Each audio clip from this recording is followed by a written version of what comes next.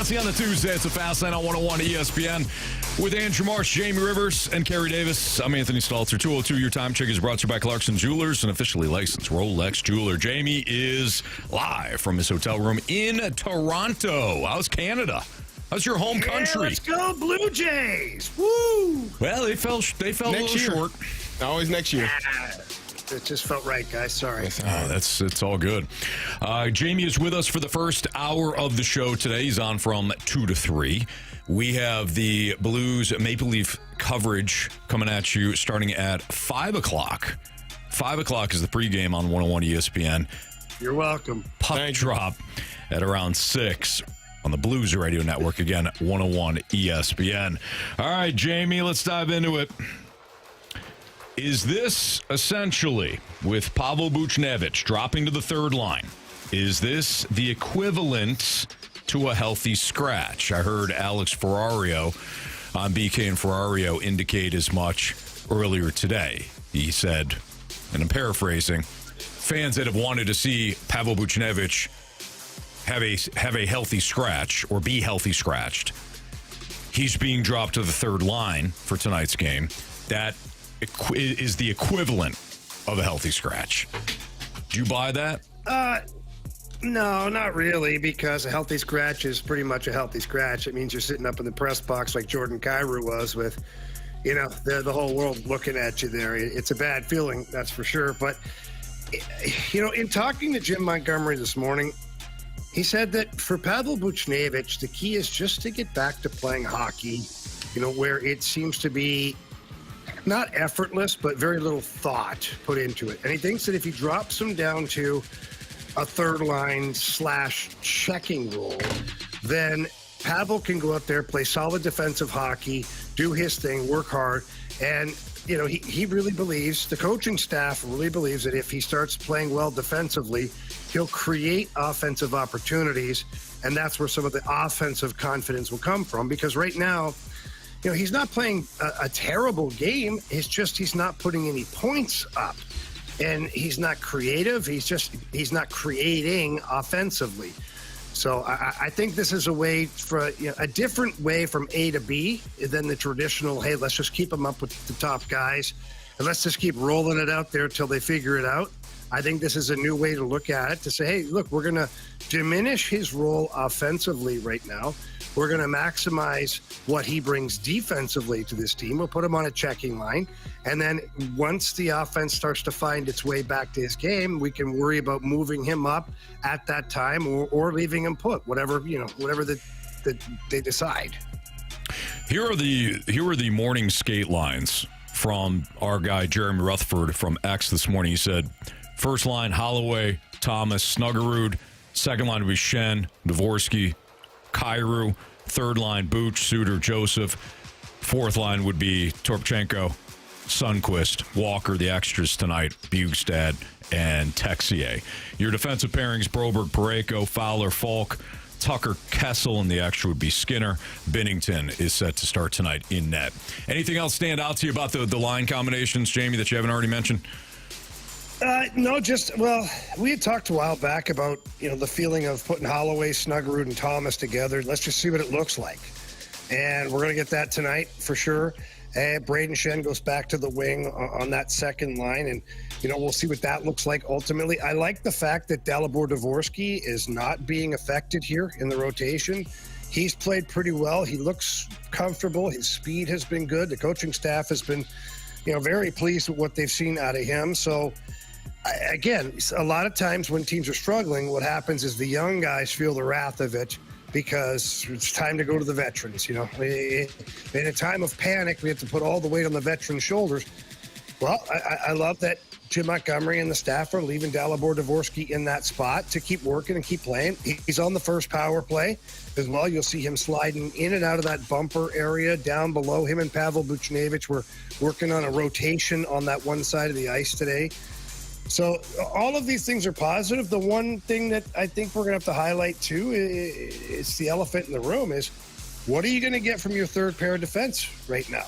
Tyler Tucker, Matthew Kessel being reunited back there as the third pair. You're on the road, which means you don't have last change, which means in the second period, if you do not have a favorable matchup, you're going to have to just show a little confidence in these guys and let them play. And quite honestly, that's where I'm at right now with some of this is you got to let these guys stub their toe. I feel like it's been so protected all season long. And I just go back to when I was a player, and I laugh and joke and tell you guys that story about Mario Lemieux and Joe Quenneville screaming his brains out at me to get off the ice. But do you think, all jokes aside, do you think that instilled confidence in me? No, exactly. You guys all get a gold star for that one. But it doesn't. You feel like crap, and you feel like, oh, I can't play in this league, or I can't play against this player. Meanwhile, like a week later, I'm playing, against a Wayne Gretzky or something like that. It's like, well, how can I play tonight, but I couldn't play the other night? Like, so in my opinion, Tyler Tucker has played enough games in the NHL that you don't have to be handling him with kid gloves. And Matthew Kessel, the same thing. Roll him out there. You know what the Leafs have got. And if they're stuck out there against some of the best players, guess what? They're going to have to figure it out. That's the bottom line. Well, they got to figure it out against a team that, knock on wood, they hopefully continue to have success against. The Blues went 2-0-0 versus the Leafs last season, outscoring them 9-3 overall. The Blues are also 7-1-0 in their last 8 trips to Toronto. Tonight begins a season-long 5-game road trip for the Blues, so hopefully they can get things going away from home ice. Typically, you want to return home. I know we're going to dive in a little bit later to whether or not the road makes a difference and getting away from home ice for a little bit makes sense. We're also going to do Blues Cues. Blues Cues coming up in about 5 minutes. So text in your Blues-related questions right now to the Air Comfort Service text line, 314-399-9646. So if you've got any Blues-related questions, we'll start taking those in about 5 minutes. Jamie, we were talking yesterday, and I said one of the levels of frustration that I think myself and a lot of Blues fans have is it hasn't felt like it mattered whether you were down a couple of goals to start the game or up a couple of goals at some point in the game. They still found a way to either get it into overtime or lose the game outright. How do you, like, when you're struggling, and I started the show pretty poorly as well myself. I dropped my AirPods all over the place. Anthony was looking at me. Dropped my phone, made a boom, boom, boom. Yeah. How do you not start? I noticed you were a little disheveled. Yeah, I was all over the place. Yeah. How do you not start poorly when that's who you have been for a lot of games this season? I mean, you're right. I mean, like it's Carey, who you are. No, but look, Carey, you know this. Just in sports, especially, like what you did yesterday, you don't have to do today. Yeah. And hopefully, and what I mean by that is hopefully this team is identifying some of these things, and I know they are. The coaching staff, the players are all talking about it. For the most part, they're saying the right things.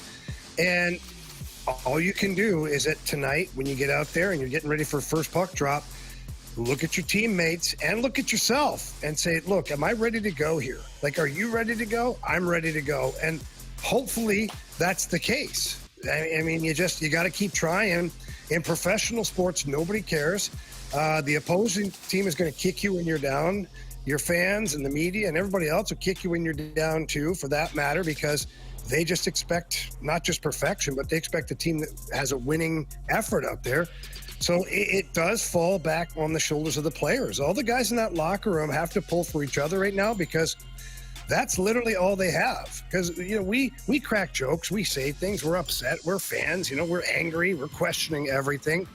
The only guys that can change the narrative are the guys that put on the uniform. And so if they don't want to change the narrative, then they'll come out and they'll have a piss poor first period again tonight. And we'll be talking about it again tomorrow. If they want to change things, then they won't do that. Jamie, you're around the team now. What is the vibe of this team? I feel like, and we're going to get to it later, but well, they were pretty excited to have me around, Marshy. I'm not going to lie. Okay, that's good. That's why I asked. Yeah, that's awesome. Yeah. Oh, is that not what you meant? Sorry, go ahead. I just want to know what the vibe is, being around the guys, and obviously things haven't gone the way that we all anticipated it to. But have you gotten a sense of frustration being around the team, or are they still? Are they in good spirits regardless of what we've witnessed? So I think the frustration probably happened post-game the other night against Vegas. And I think that, I know that they've had some talks and meetings and some things going on internally to change that vibe, because being frustrated is fine. Acknowledging your shortcomings is fine. But at some point, if you don't start feeling good and having a better attitude and being upbeat, like it never fixes itself. And so I think that they've had a couple of good practices. The players seem to be in a pretty good headspace. Most of them are really embracing this road trip as a possible turning point for their season. Justin Falk has his 1,000th game tonight against the Maple Leafs. So they're focusing on a lot of the positives, which is good, because woe is me is never a great attitude. And that's not the fighter's mentality. I'm not saying they have to be thrilled about where they're at in the standings or how things are going, because they're not. But the flip side of that, too, is you have to be thinking in a positive manner, and you can't just be, Debbie Downer all the time. So I think they found a pretty good balance. I mean, we'll see. We'll see what happens tonight in the first period and ultimately in the entire game. But to me, it looks like a team that's ready to start to try and change some things, and we'll see how long that process takes. That's Jamie Rivers, Andrew Marsh, Carey Davis. I'm Anthony Stalter. It's Fastlane on 101 ESPN. Blues Q's are next. So, again, keep those questions rolling in right now to the Air Comfort Service text line, which is 314-399-9646, and we'll answer them next on 101 ESPN.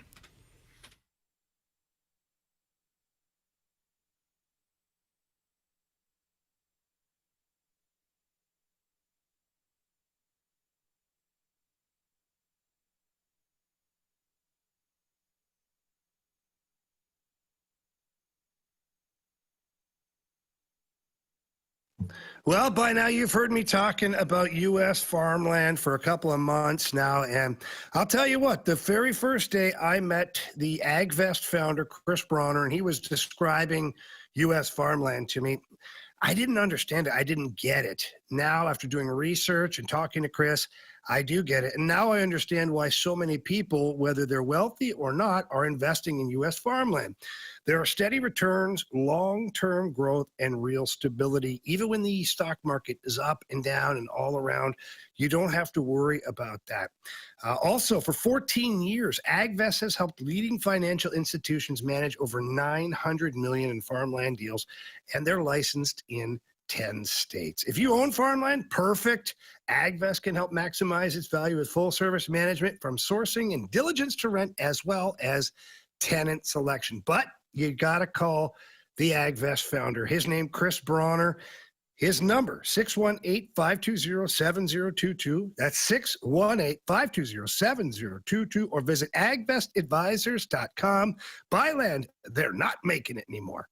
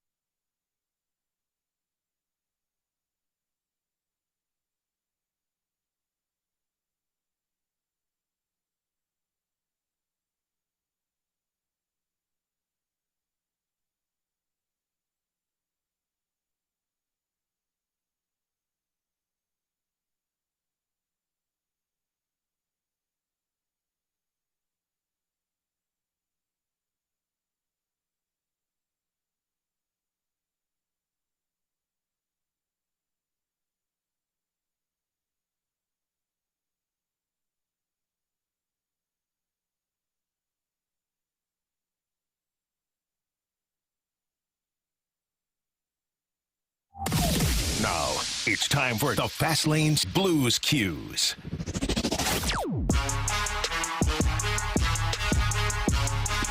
All right, you're the voice. Time for some Blues Cues here in the Fast Lane on 101 ESPN. Jamie Rivers, Carey Davis, Anthony Stalter. Here's Andrew Marsh with your Blues-related questions. All right, we get a question from the 618. I love watching the Blues. Hockey is a great sport, but I've never played or been involved with what it takes to be a day-to-day hockey player. Genuinely, is it really that difficult to give maximum effort on a daily basis playing games? Yeah, so here, let's just dive behind the curtain here. Every game you play, you're getting hit, you're getting slashed, cross-checked, pucks are hitting you, you're pulling muscles. There's giant men that are resisting the force that you're trying to put against them. You're trying to put yourself in front of giant men who are trying to get to the front of the net. So your lower back, your shoulders, your neck, your hamstrings, your hip flexors, your groins, your calf muscles, everything gets fired up. So is it hard to bring a maximum effort every day, meaning that you practice almost every single day and you play games? So, Carey, this is not just isolated to hockey. This is pro sports. You know, like once the season starts, like you're never 100%. So bringing your maximum effort every day is not always easy, right? No, it's not. I mean, it's expected, but you never feel 100% after the season. I mean, hell, once you start playing sports, it's like the number. It's like a battery. You know, no matter how much you try to charge it back up, it never gets back to 100%. You get to start at 100%. Then, as more years you go, the highest might be 85. That's the highest it's gonna get, and it just keeps dwindling down the longer you play. The more times you run into people. I like to tell people, you know, your body has a number of hits that it has. You just don't know that number, but it's going to get to that point where you hit that number and your body says, yep, I'm done. Mm-hmm. And then you're in a bathtub, or not a bathtub, but you're in a hot tub, in a man, hot tub, you said, before practice, and you tell your teammate, yeah, man, I'm done with this, man, and then you never see that guy again in life. You have no idea if he's alive. I know he's alive, but I've never seen him again in life. That was the last time I saw that man. So, for those that don't know, Carey was playing with the Steelers, right? The Steelers? Yep. And one of his teammates, they were in the hot tub kind of rejuvenating. Yeah. And we're getting warmed up for practice, not even a game. Not a game. Practice. Yeah. He looked at Carey and he said, you know what, man, I think I'm done. It's the last time Carey saw him. Last time I saw him. I have never seen him again. Looked at me and said, you know what, man, I got to do too much just to get ready for practice. My body hurts. I think I'm done, man. And that was the last conversation we had. Never seen that man a day in my life since that day. Was it training camp? It was OTAs. We hadn't even got to training camp. It was like March or Hey, when April. you know, you know. May maybe. Like we hadn't gotten to. We're still at the facility. Like we go to I can't even remember the name, Latrobe for training camp, Latrobe, Pennsylvania. We were still in Pittsburgh, and he was like, "Hey, man, I don't think I can do this no more." It was a sad day, man. I felt bad for. So I've been putting icy hot on. I got Tiger Balm. I'm in this damn hot tub I do all of this, and my body still hurts. I'm done. And he just like vanished. It's done. well, hopefully the Blues don't vanish tonight in Toronto. It'd be bad. That would be. Yeah. Good Real bad. segue. Yeah. Okay, from the 618. Interesting question here. How did Niko Mikkola turn his career around and become a dominant defender? And is Tyler Tucker capable of a similar turnaround? I'll start with part two of this is, yeah, of course, Tyler Tucker's capable of doing that. We saw Tyler Tucker play some damn good hockey last year coming down the stretch, and in particular in the playoffs. So the potential is there. Now, what people fail to remember about Niko Mikkola is that he ended up being kind of a hazard out on the ice while playing for the Blues. Like, he'd run into his own teammates. He wasn't solid defensively. His skating wasn't great. He went to the Rangers, and the Rangers had every opportunity to try and re-sign Niko Mikkola as well. They did not. And what happened is Niko Mikkola found his way to a Florida Panthers team that, based on the way they play and the personnel that they have around Niko Mikkola, it has let him be able to maximize the way he plays.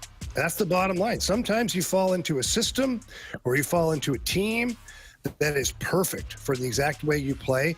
And that's what happened with Niko Mikkola. Otherwise, you would have seen success in New York. You would have seen success here in St. Louis. It didn't happen. And it also goes to show you defensemen take longer to develop. And not everybody is the same. Not every timeline is the same. So you might have Tyler Tucker that evolves this year or next year, or, we talked about Logan Mailloux and Matthew Kessel. Like, all of these guys, at some point it will click. And when it does, you'll have a damn good NHL defenseman. I want to go back to our first question because we got a response from the 618, and I want to get your opinion on it. 618 text in, hockey is the fastest sport on earth. It can be misconstrued what max effort looks like on a daily basis. Do you agree with that? Well, look, there's guys that before we used to call them water bugs out there. They skate 100 miles an hour every single time all over the ice, but they accomplish very little. But it looks like they're working really hard. And you're like, oh, yeah, go get them, water bug. Mm-hmm. And, there's other players that they max out when they need to. And even as a defenseman, for me, and I wasn't afforded the opportunity to take a shift or two off or just ease into the game. But there's pockets out there where you can recuperate energy, where you don't have to be running around like a fool. And sometimes being in the right area without max effort is actually more productive for the team and the system than just running around like a fool. I mean, I don't know how I could compare it to football. Maybe some of the secondary, the safety or whatever, not just run around like a nut the whole friggin' game, but he's got to find his time. And then, when it's time to explode and do his thing, he can. Hockey's very much the same. If you're skating 100 miles an hour the whole time, odds are, one, you're skating yourself out of position, or two, you're just doing a lot of work with very little production. We got a text from Grant Francis Fan Club. Do you think Doug Armstrong regrets telling the fans the whatever is over? We were talking about that this morning a little bit. Not that particular thing, but Doug Armstrong made a comment before the season started, and he basically said, well, we had earmarked this to be our worst year in the retool or the rebuild or the whatever, and we're not going to be there. And because they added pieces and the development of Holloway Broberg, so it was kind of like, oof, and I don't think this is going to be the worst year, but the timing of all of this happening is kind of ironic, to say the least. I don't think Army regrets anything, to be honest. I think that he had every right to say that. I mean, why would you not believe that of your team when you see what they're capable of doing? And now when you have essentially the same team that's not being able to reproduce what they did, I mean, what, shame on you for believing in your team? I don't think there's a problem with that. From the 801, guys, have the Blues and the Blues players that are slotted to play for Team Canada in February, have they played themselves off of the roster? Well, there's only really two that I thought that had slotted themselves in there. Robert Thomas was always a wild card, and I don't see that working out very well right now for Robert, unfortunately. Colton Parayko, I think that him and Jordan Binnington, they have the luxury and the benefit of having performed very, very well on the biggest stage last year, which was the Four Nations. So unless they're absolutely terrible, I think both of those guys will make the Canadian team. Now, the start of this season certainly doesn't make it easy. It makes Army probably have to sell. Actually, I shouldn't say that about Army, because Army's not like that. In fact, he doesn't really stick his nose in at all with the player selection. But if you're Colton Parayko or you're Jordan Binnington, I think you want to up your game just a little bit here if you want to play for Team Canada. All right, final one, probably the most important question that we'll get today from FedEx Brian. Who is Mama Rivers pulling for tonight? Is it her team or her son's former team? Inquiring minds want to know. Yeah, Mama Rivers will definitely be a Blues fan tonight. I know that because every night when they play and they win, she always texts me, "Yay, big win!" So she's all the time. Haven't been to many of those texts recently, but either way, yeah, I have no doubt my mom will be pulling for the Blues tonight. She's a Maple Leafs fan. What's one more loss for her? Wow. Love you, Mom. All right. Goodness. It's Fastlane on 101 ESPN. That's Blues Cues. Marsha's got what's trending for you next, including a couple thoughts on Justin Falk and the amount of games that he's going to be, his record tonight here on 101 ESPN.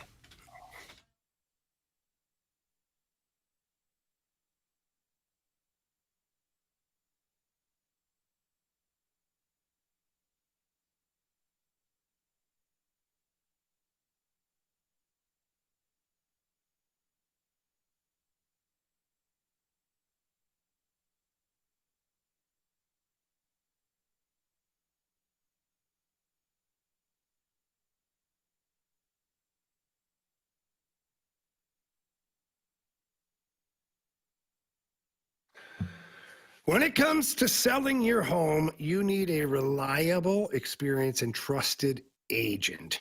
You can't just count on maybe that family friend or that person you met the other day that's a realtor now and you think you're going to get the best deal. That's not the case at all. You need to join up with my friend Gloria Liu with Your Home Sold Guaranteed Realty. Gloria has sold homes for over 20 years in the St. Louis area.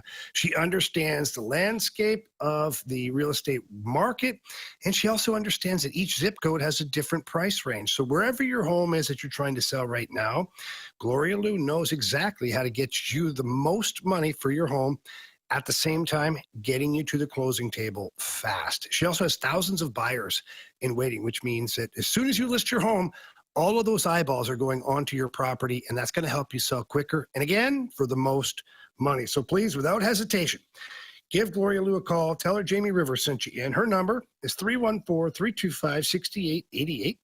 That's 314-325-6888, or you can always visit GloriaHasTheBuyers.com.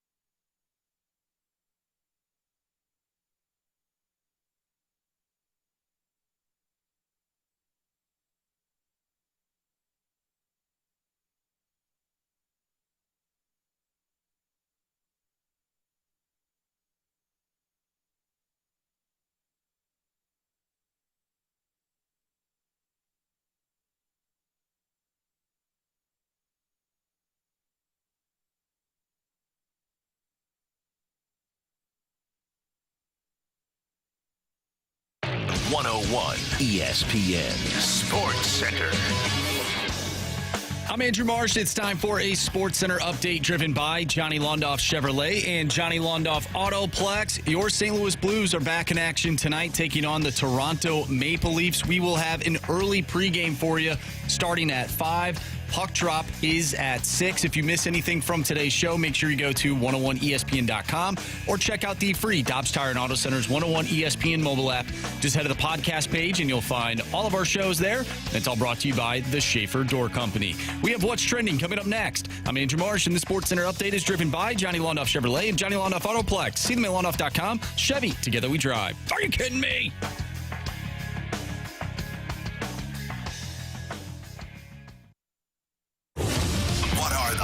Topics in the sports world. What in the wide world of sports is going on here? It's time to find out with What's Trending, brought to you by Elite Comfort Experts. Heating and cooling with no gimmicks, just guarantees. EliteComfortExperts.com. Welcome back to the Fast Lane here on 101 ESPN with Anthony Stalter, Carey Davis, and Jamie Rivers, who is in Toronto right now. I am Andrew Marsh, and it's time for What's Trending. Gentlemen, Justin Falk will play in his 1,000th game tonight, so congratulations to the Blues defenseman. That is an incredible feat. I have a question for you guys. Can a game like this bring out the best in everyone? There's it's a monumental moment for Justin Falk. And if you're a teammate, I feel like this is one of those games that you really get up for. We saw it last year with Cam Fowler, the 1,000th game at the Winter Classic. The Blues smoked the Blackhawks, and obviously that was a special game in its own right. But is this something that could ultimately bring this team together, a game like this? Yeah, I mean, why not? We just kind of talked about it is, these guys are trying to pull out of a funk, and sometimes you need a reason. And I know, well, they're paid. That's your reason. I know. They're paid. Do a job. I get it. But sometimes you need a reason within the reason, whatever the hell that means. And that reason within the reason might be the 1,000th game for Justin Falk. Guys like him very much on the team. He is a leader. And it's something to kind of pour your energy into. I know the players all had really funny T-shirts made with a caricature on there and 1,000 games, and they're all going to be wearing those into the rink tonight. And stupid little things like that, and I mean they're wearing the T-shirts because 1,000 games is not stupid. The little T-shirt thing can sometimes bring a group of guys together. You're on the road, and why not play your heart out for a guy that you like so much? So, Marcia, I agree. I think sometimes these moments can be bigger than just for the individual that's celebrating it. What about you, Carey? My computer just died. Oh, come on, computer. You're always excited when a teammate is getting some type of accomplishment, whether it's, a teammate going over 1,000 yards, a teammate reaching a certain number of catches in their career. It's a special, monumental moment for that player. Number of games played, obviously, is a great thing. It speaks to the longevity of a career. It speaks to staying healthy, because that's one of the hardest parts. I mean, if everybody could stay healthy enough, you might have more players that make it to that level. But being healthy and being good enough, like, those are two things. And I think when you hit that number, it says a lot about your longevity. And as a player, I've been good enough to stay in the lineup this many games, and I've been healthy enough to stay in the lineup this many games. So I think that's why you see so many players excited when they have a teammate reach that number, because it just speaks volumes to that man and what he's been able to accomplish. So, yeah, I hope it can. Man, I'll take anything to get this team fired up. I'll take a guy in the hot tub that is, saying, I can't take it no more. Harry, whoa. Just saying. Going back to what we were talking about earlier. Sorry, I didn't know where you were going with that. Yeah, no. Family program. Yeah, no. Come on, man. I mean, whatever it takes, Gary. Whatever it takes, man. Whatever gets you fired up, Hell, figure it out. I don't know. Better than the cold tub, Carey. Much better than the cold tub, yeah.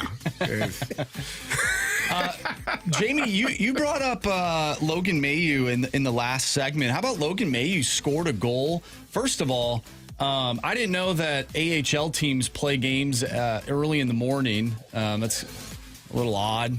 No, those are school day games, Marshy. Enlighten me. Well, so like when I first started in the minors, no chance this happened. There was so much violence in the game. They didn't want the kids at the games. I can tell you that much. But Why? It's my good for them. second, no, some kids were horrified, Anthony. But by the end of my career, when I started trickling back down through the minors again, I remember playing in Chicago, the Wolves, Anthony, Chicago Wolves. Yep. And we had like 11 a.m. game. They call it the school day game. Wow. But it was kind of fun because you would go out, and so it's actually kind of genius, especially by the Wolves may have been the first one to do it, by the way. Don Levin, as you know, Anthony, the owner of the Chicago Wolves, just a mastermind. He's excellent. Keeping that franchise going. But all through the year, we would visit schools. And when we visited schools, then the marketing people would come through after and hand out all sorts of tickets and giveaways. And, here's a ticket for the kid, but you got to bring an adult. And so you'd sell a ticket that way. And at the end of the season, or at one part in the season, they'd have the school day game. So all the schools you went to got a deal on tickets to go and watch a game that day at Allstate Arena. And the place was absolutely sold out every time, with like thousands of screaming children, which sounds terrible. 6, 7. Okay. Yeah. I can only imagine, Marty.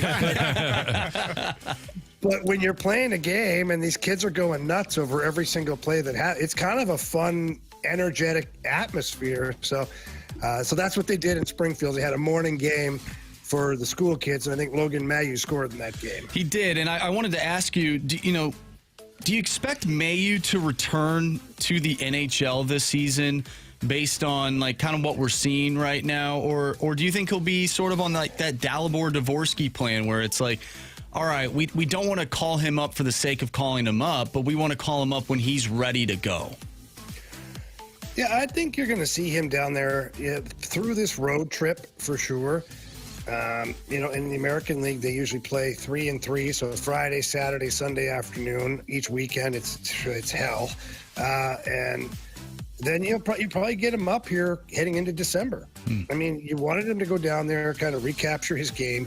He looks confident. He's logging a ton of minutes. He's playing power play, penalty kill. He scored a goal. Like, he's kind of doing the things you wanted him to do. So I would anticipate seeing him back here in December. All right, that's what's trending here in the Fast Lane on 101 ESPN. Let's give away some Motley Crue tickets. So we have your shot to score a pair of tickets to Motley Crue with special guests Tesla and Extreme on August 19th at Hollywood Casino Amphitheater. Tickets for Motley Crue go on sale this Friday at 9 a.m., but we have your chance to win free tickets to the show right now. So here's your trivia question. There was a 6-episode show in which Tommy Lee went back to college. I think it was like in the early or mid 2000s. It was a TV show. Didn't last very long, guys. But which college did Tommy Lee go back to for the purposes of this TV show? If you have the correct answer and you're the 101st texter into the Air Comfort Service text line at 314-399-9646. You'll have an opportunity to go see Motley Crue. And you can find all the ticket details and a bonus chance to register to win tickets to Motley Crue at 101ESPN.com or on your 101 ESPN mobile app. Does this road trip come at the best time for the Blues? We'll dive into that before Jamie heads off for the rest of the show, and we'll light the lamp next on 101 ESPN.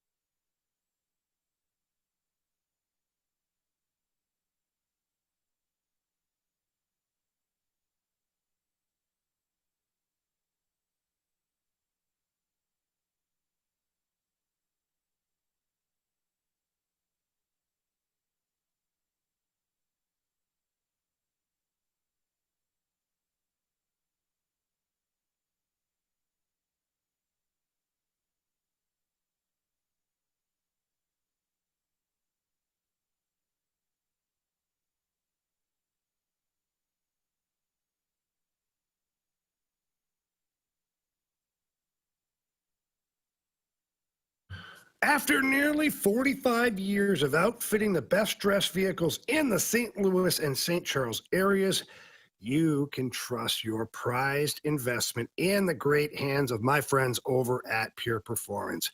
Pure Performance, they are your one-stop shop for all aftermarket modifications. They well known for their quality work as well as their unbelievable customer service.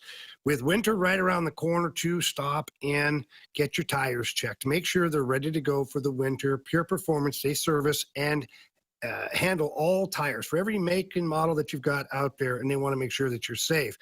So stop by the 25,000 square foot facility located right off of Highway 70, Cave Springs Boulevard exit. When you walk in there, ask for Shelby or Paul. Tell them Jamie Rivers sent you in there, as well as getting your tires checked out while they're looking at that stuff. Take a look around the showroom. So many amazing things for each and every vehicle that is out there on the road right now. And that's my friends over there at Pure Performance. So please stop by again, get your tires checked out, and also take a look at what they got going on inside. You will absolutely love it. But if you can't get there in person, you can get there online. Visit them at pureperformance.com. That's pure, P-U-R, performance.com.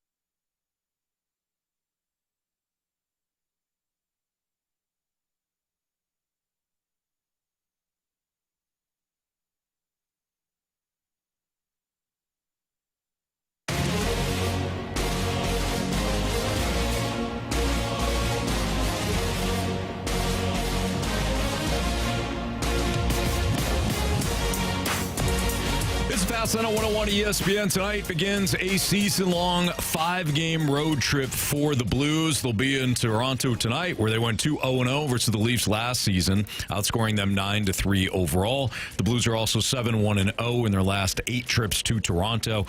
As we just talked about in What's Trending, Justin Falk Falk is the player to watch tonight. He's set to dress for his 1,000th career game, becoming the 138th defenseman in NHL history to reach that milestone. He will also be the 29th American defenseman to reach 1,000. A list that also includes his partner, Cam Fowler.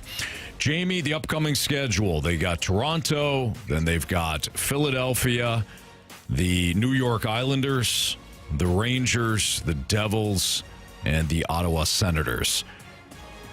When a team is struggling, is it at times beneficial to get away from home ice?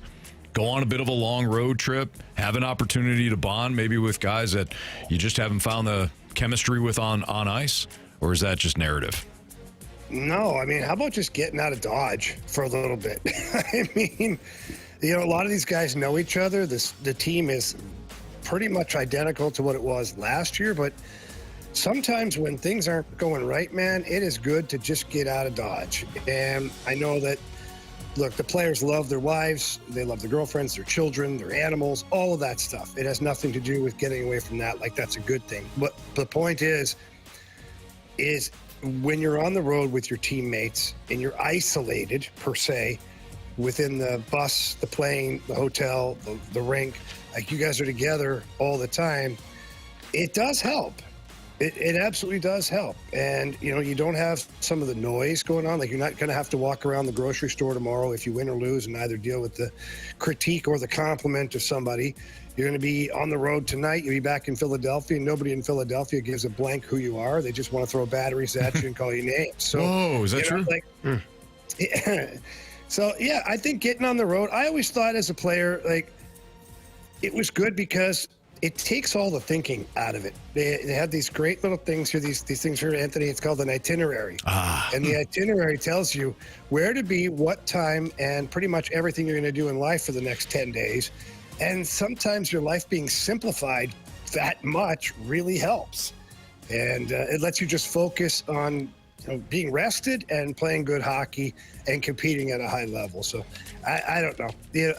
Do I think 2 or 3 of these a year is fun? No, but I think getting out on the road here, especially right now, when you're not playing well, can certainly help turn around things. Mm-hmm. We need togetherness. Yeah, we do. Yep. Yes. Bring it in right here. Absolutely. Yeah. That's what the Blues need tonight. Splashback Deuce in the snake pit. He goes, Anthony, define struggling. It's a good question. I would just say roughly from game 1 for the Blues through last night. I think. Well, Anthony, they didn't play last night. I know, but I can't say through tonight because we don't know. Why you got to do this? Through right now. Why you got to do this? I would say the Blues have not played their best hockey. No, why would you say that? Because of their record Carey, and their overall play. I just wondered what evidence he had to back what he was saying. I think the minus 22 point differential might do there it. You go, Carey. The back-to-back Put a quarter losses. in, this is what you get. The 5-4 and 4, or the 3-5 and 4. Excuse me, home record. Oh my God! Let's play Light the Lamp before this game keeps going. I have a They only got question. 16 points. By comparison, Colorado, who's in first place, got 31. Oh, You know what? Well, let's not compare ourselves. That's the thief of joy. Isn't that what it is? Right now, you're Comparison. the Predators in terms of points. Although they've got a lower point That differential. team's got a lot of stars on that yeah, they're good, on their right? squad. You want to know about the Stars? Sure, 27 points for the Stars. They're at plus 10. I don't think he meant They've won those 5 stars. straight. I don't think he was talking about those. But you know who hasn't won 5 straight, Anthony? Who's that? The Maple Leafs. They've actually lost a lot of games in a row, and this They is a have. good spot Lost for the Blues. 5 in a row. Yeah, you go. they've lost 5 straight. They still got 2 more points than you. And their point differential is only -5 as opposed to -22. Rushy, hit the thing. Just hit the thing. Anthony. Come on, man. Wow, the Blues. Terrible. The Blues No, stop it. point differential is the worst in the NHL. There we go. A couple of guys can really shoot the puck. Do you know that, Gary? I must confess you scored. Minus 22 is the worst. the first person? I was scrolling. Shoot! I thought surely somebody's worse. We got hockey to learn. Such a donkey. Splashback Deuce asked me a question, You were just answering. and I was just answering it. Okay? You trust me. He was answering it. I mean, You know you what? might not like the answer, but Basically, what Anthony is saying, that it can't get any worse, right? We talked yesterday. The question was, have the Blues hit rock bottom? Anthony, you said no. No. And I don't think they will. I mean, to be fair, if the Maple Leafs are that bad, if you lose tonight, that is Carey. No, I mean, I'm answering Andrew Marsh. He asked a question. I simply answered it. He's like, it can't get any worse. Can't get. I said, well, actually, it could be worse, but we're not hoping for that. We want dubs. Like I got Jameis Dylan Winston. Holloway tonight for a goal. Is it on me? Give me. What are the standings, anyways? Jamie, you have 10 points. Carey has 7. I have 5, and Anthony has minus 22. I'm sorry, he has 22. Yes, Thank you. I'm just kidding. You have 2. Oh. Take one of those twos off. Give Dylan Holloway. me. Yeah, I want to go. You know what? I should do it. I'm gonna do it. No. Give me Justin Falk. He's a storyline guy. Wow. That's Marshy. Dang. Marshy's so pissed at you right now. Yeah, he is. Dang. He is. But I was gonna go Snuggie, but something just in me said, "Hey, Teach me how to snuggie. Teach What's me how in to you? snuggie. Teach me how to nothing, snuggie. Jamie, nothing at all." So Holloway, Falk.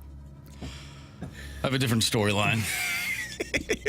Give me the guy that everybody in that building wants. They want this guy right now. Colton Parayko? No, well, I'm sure they want a few guys. This particular player's name's been circled in the Toronto media for over a year now. Give me Braden Shen. He's going to score tonight. Blues are going to win, and they're going to keep talking about him. That's going to be tough for Shen to score when he's setting up a couple. For Jordan Kyrou. You're just going to inchworm your way. Give me Jordan into Kyrou. third place. That's his philosophy. He doesn't try to. Yeah, he doesn't try to. I was in last place in the home run derby. You guys all gave me crap for taking the guys. And Jamie and I made it a competition in the final week. Okay? Beat you by like 15. See, guys, sometimes you got to realize it wasn't that much. Sometimes you got to realize I think it was 10. Here, why don't we check? in order to eat the elephant, you just take one bite at a time. I agree. You know? It's only one way to eat an elephant. Yeah. One bite at a time. I can't say I have. No, But if you were to eat one, I don't think so. that's how you would do it. I mean, if you had to. Anthony, you lost Where by would you start? You lost by 11. Okay, that's a lot less than 25. I said I said 15. 15. Either way. Which is a lot closer. It's still less than 15. Still lower. I was down by about 40, wasn't I? Oh, man. We didn't even score 40 points. Hey, Marsh, I'm sick. Don't let facts ruin a great story. I'm sick of Anthony. you fact checking me. We were down by 22. Okay. 11's much better. Yeah. All right, Jamie, have a great call tonight. We'll see you, buddy. All right, see you, boys. All right, that's Jamie Rivers here on 101 ESPN. He is on the call tonight for Blues and Maple Leafs. You can listen to the coverage starting with the pregame at 5 o'clock right here on 101 ESPN. You can listen to the game right around 6 o'clock on the Blues Radio Network. We got NFL 4 Downs next on 101 ESPN.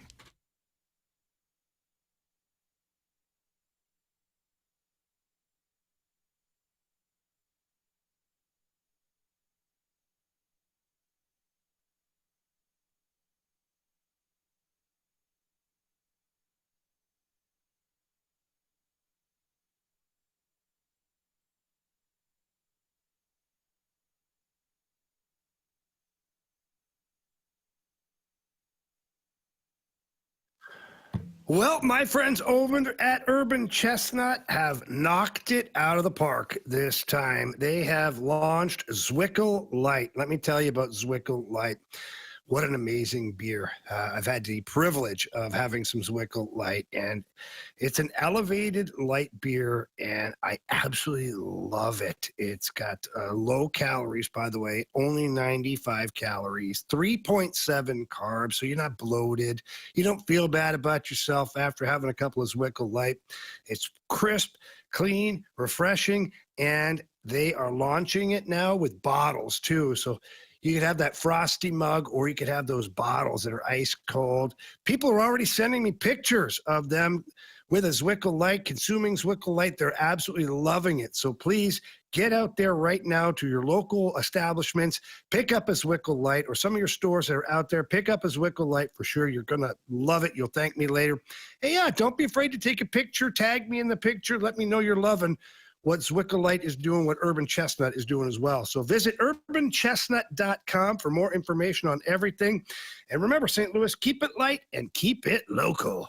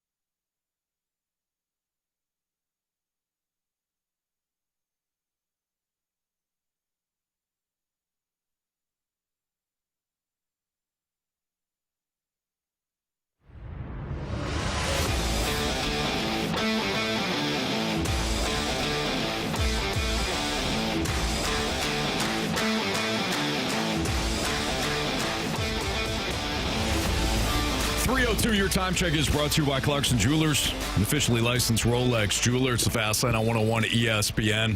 A quick shout out to my son Lincoln, who is 4 years old. I know that his monkey room class listening right now. Yeah. Shout out to the monkeys. What up, Lincoln and the monkeys? What's up, monkeys? We're family of the month. They do like family of the month for their little preschool. So Kristen and I went in there today. Kristen read a book to the monkeys. Great class run by fantastic people, Katie and Jennifer. So shout out to Miss Katie and Miss Jennifer as well. Hopefully you're enjoying the show. We did the video, and I showed them the video. Yeah, I said that's Super Bowl champion Carey Davis, and all the little 3 and 4 year olds. They're like, oh. Did they say Carey Davis? No. Nah, man. That's all right, but maybe we got new listeners now. Okay. Yeah, so shout out to Lincoln and the monkeys. All right, speaking of Super Bowls and football and whatnot, Marshy, fire away with the 4 downs. First down. All right, how realistic is it that the Chiefs missed the playoffs this season? Man, they are they're cutting it close. I mean, right now, if the playoff started today, which we always do that, they'd be out. The Jacksonville Jaguars will be in, so I don't know if that gives you a real indication of whether or not this matters, but they have to find a way. And I think at this point, there is nothing. You got what you got, right? The team that you have is who you have. There aren't any other players out there on the free agent market that you can bring in and help bolster that running game. Any offensive lineman that you would get, they wouldn't probably be better than the guys you have on the line right now. They got to figure out a way to run the ball and successfully. 150-yard rusher, 120-yard rusher, just to alleviate some of those issues that come up in the passing game when you have too high safety looks. So for me, is it feasible that it could happen? Realistic? I mean, yes, but I wouldn't bet money on it. They're still the Kansas City Chiefs, and Patrick Mahomes is still one of the greatest quarterbacks to ever play the game. I think what you said about the Jaguars currently being the 7 seed is all you really have to know. There you go. You trust Kansas City or Jacksonville? And the Chargers are in there as well. Yeah. Do you trust Kansas City or the Chargers? There you go. Yeah. Do you trust Kansas City or the Texans? I trust Kansas City. Yeah. Even at 5-5. The Ravens are 5-5 right now. They're 10. But I don't think you're going to have 2 teams out of the AFC North. I think either the Steelers hold on or the Ravens replace them at some point because they got to play each other twice. So how realistic is it that the Chiefs miss the playoffs? As of right now, I don't think it's realistic at all. I think they still make the playoffs. They got a lot of work to do in terms of winning the division. That's almost impossible now. But as a wild card, yeah. Give me Kansas City to at least make the playoffs. Second down. As things sit right now, what's your prediction for the order of the finish in the NFC North? Oh. You want to go first, Anthony? Sure. I'll go first. Or do you want me to go first? Yeah, go ahead, Marsh. Absolutely. This is my division. division. This is your division. I have the Lions winning the division. I think Green Bay. We just talked about my division. No, we didn't. Okay. I still got in January. You got a month and a half. I have the Lions finishing first. I know that they've struggled here and there. I still think they're the best team in the NFC North. I have Green Bay finishing second. I have the Bears finishing third. And I have the Vikings finishing in last place. Okay. I can go with that order as well. The Bears right now are leading the division. They are finding ways to win, but Marsh, you mentioned it yesterday. The teams that they have played, they're playing a 4th place schedule, so they're going to play the basement of the divisions that they're going against. So yeah, I would go in that order: Lions, Packers, Bears, Vikings. And they pretty much. Is that what you said too? I said Lions, Packers, Bears, Vikings. Yeah. So the Bears. You mentioned the 4th place schedule. They've kind of already played a lot of those teams outside of the Browns. And we know the Browns, we don't really know what we're going to get from the Browns, but they have a good defense. But they have the Steelers next week. Then they have the Eagles. And then they have the Packers. Then they take on the Browns. They play the Packers again at 49ers. And then the Lions to finish the season. That is the rest of the Bears schedule. They have yet to beat a team above 500. I just don't see them ultimately winning the division with the rest of their schedule. If you look at the point differentials for each, the Lions are plus 76, the Packers are plus 44, the Bears are minus 6. The Bears right now are a product of winning close games. They did so against the Bengals, they did so against the Giants, they did so against the Vikings, they did so against the Commanders on that Monday Night Football game, they did so against the Raiders. Remember, they went to Vegas and nearly lost that one. I said the Bears would get stronger in the second half. I think they're a playoff team, but I can't put them right now ahead of the Lions and the Packers. So I'll go with the exact same order because I trust the Lions more than I trust the Packers. And if I'm looking at the schedule, and I do think this matters, Carey, I don't think it matters as much to you, but it does to me. The Lions play the Giants at home, the Packers at home, the Cowboys at home the next 3 games. I could see them winning all 3 games. They also get your Steelers at home. They play in LA, not a bad weather situation, and they play at Marsh's Vikings, and that'll be a dome game. The last true outdoor road game they have is at Chicago in Week 18. It's gonna be cold. The Lions are gonna be just fine. Yeah. The Bears could go 1-6 in their last 7. Looking at that schedule, it's kind of tough. They could. Yeah. I don't think they will, but they could. Yeah. Third down. They're the Bears, though.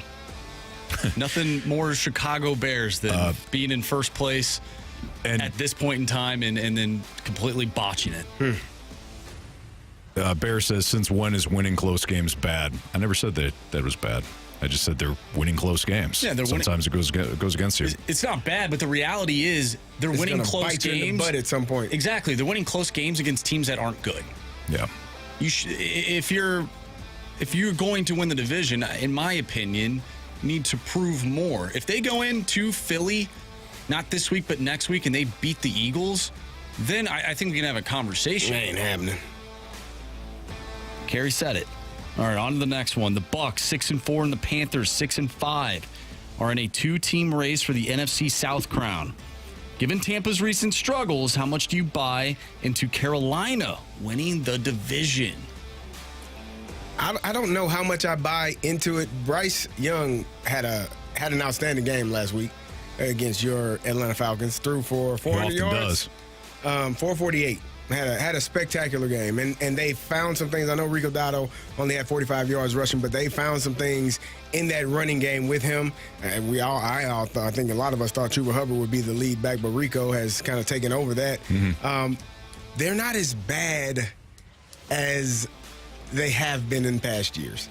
Can they overthrow what the Buccaneers have done, for the past couple of years? I'm still going to say no, but I think next year and the year after that, this could be the Panthers' division. I can't get there this season. Yeah. No, I still got Tampa. Those two face each other twice in the last three weeks of the season. Carolina's got the 49ers, the Rams, at the Saints, Bucs twice, Seahawks. That's a tough road for them. Tampa still has a win against Atlanta coming, a win against New Orleans coming. They should be able to beat Miami. Even if they split against Carolina, they should beat Arizona. I got Tampa still winning the division. I think Carolina's going to knock on the door of a wild card spot, though. And I don't disagree, Carey. I think at some point maybe Carolina does overtake the division because it's certainly not the Saints. It's certainly not the Falcons. Yeah. Well, come on, man. You taking credit. Why? You know what? Actually, Thank Anthony, you, Carey. I might come along. They're a bad team. Mm-hmm. They're a bad team. They are. 4th down. All right, were you more impressed by the Eagles on Sunday Night Football or less impressed by the Lions? I was less. I know, Carey, were you going to go with this? Or I think I knew. I know. I was less impressed by the Lions. I thought Jared Goff had a dreadful game. I thought Dan Campbell really struggled with some of the play calling. I thought they were beating Philadelphia to the edges consistently with Jahmyr Gibbs, and every time they needed a first down, they put the ball back into Jared Goff's hands, and he had a terrible night. And I do wonder if you get them outdoors. I think Jared Goff tends to struggle outdoors, especially against good opponents. Yeah, I'm going with the Eagles. I think they were impressive. I think finding a way to win, even when you are not at your best, they're still not clicking offensively, but they're still winning games. And defensively, they are getting healthier. Like I said, Nolan Smith came back a couple of weeks ago. You added Jalen Phillips. Like, they are getting better. The linebacker came back as well. I'm dropping his name. Which one? Nakobe Dean back as well. He made some impactful plays for that defense. Like, they are starting to get healthier on the defensive side, which is going to just help that team get better as they continue to progress down the season. Mm-hmm. I want to go back to the conversation about because you brought up you still think the Chiefs are a playoff team. I do. We had the conversation about the Bears and how they haven't beaten a team above 500. The 618 said, didn't the Chiefs only beat one team over 500? You're so confident there's still a lane for they still make the playoffs. Say it again. Yeah, no, the spelling is. That's all right. Yeah, say it again. You're so confident that the Chiefs still make the playoffs. Yeah. Regardless of who they've played. Yes. I agree. Do you want my reasons for that? Well, they've shown it to they're you. a perennial year after contender. year. They're the best quarterback in the league. Yeah. Here, if you want my reasons for it. Here, let me just pull up something real quick here. You guys bear with me here. Have to be spited at its finest. No. It's going to be stats and facts. Yeah, do you want me to get out the email? Give me stats and facts. Well, hang on. right. The monkeys are listening. Yeah, I don't. Stats right, and facts. Right. since Mahomes has been on the team, they went 12-4. They finished first. 12-4 finished first. 14-2 finished first. 12-5 finished first. 14-3 finished first. 11-6 finished first. 15-2 finished first. Is that good? Since Mahomes got there, lost in the conference title game, won a Super Bowl, lost the Super Bowl, lost the conference, won a Super Bowl, lost in the Super Bowl. How are the Bears done? Can you read the same timeline? Yeah. Just Sure. want to know. Well, we are stats and facts. We are. Yeah. Now, do you want me to go? How far do you want me to go Since back? Mahomes is, we'll just use Mahomes. Mahomes, sure. So, What year was that? Mahomes, 2018. Yeah. Let's All go right. there. So, starting 2018, Bears first place, baby, 12-4. Okay. Lost in the wild card. Oh, okay. 8-8, didn't make the playoffs, finished third. 8-8, lost in the wild card, finished second. Then third place, fourth place, fourth place, fourth place. By the way, I did say that the In Bears the conference? in the division. Oh. Yeah. Probably in 5 the wins, conference 7 in one of wins, those 3 years. wins, 6 wins, 8 wins, 8 wins, 12. Since that 12 win. I'm not saying, by the way, I did say the Bears would make the playoffs. That's not what we're saying. If people are upset with me because I said that the Bears will finish third or whatever, I still think they're a wild card team. We cool? I'm cool. And the 618 says, I'm not a Bears fan. Just clarify. Okay. I think, yeah. I mean, if they're bringing up the fact that I said the Bears have lost or have won close games and I'm not giving them enough credit about them or to them, and the Chiefs have, they won a bunch of close games last year, sure. But are we really comparing the two teams? And I don't know if they are or not, but. I don't think we should. Okay. Ever. All right. Yep. Ever. Well, no. I mean, the Chiefs at You one wanna go point. back to 1985? They were the Bears at one point. Let's be honest here. You want to go back to 1985? We can do that. With the That's only Chiefs? 40 years ago. No, with the Bears. Oh. Well, they won a Super Bowl in 85. Yeah. How many years ago? It's a long time, Carey. 40. It's been a while since I last saw you. You know what, though? They were in a Super Bowl. Super Bowl in Chicago. In this century, they were in a Super Bowl. And the Chiefs have been in, what, 5? In the last 7 years? 7 years? Yeah. 6, 7. Here's the thing, though. Like, I'm not crushing the Bears. I said it yesterday. The Bears fans absolutely deserve what they're seeing right now. Do you know how many losses that they have suffered in the same or similar manner as they have won lately? Most of my friends are Bears fans. They are a diehard group that have been kicked in the huevos rancheros repeatedly. So enjoy this. If you're asking my opinion about where they'll finish based on their schedule and their point differential, I'm going to have them third behind the Lions and Packers. Still a really good season. I think they still make the playoffs. Yeah, maybe they. I think they're a year ahead. I said it yesterday. I think they're a year ahead of where I think they would have been. Yeah, maybe they end up becoming what Washington was last year, where they have some magic, and who knows what happens. Yeah, never know. All right, it's Fastlane on 101 ESPN. I didn't expect the feathers to be ruffled.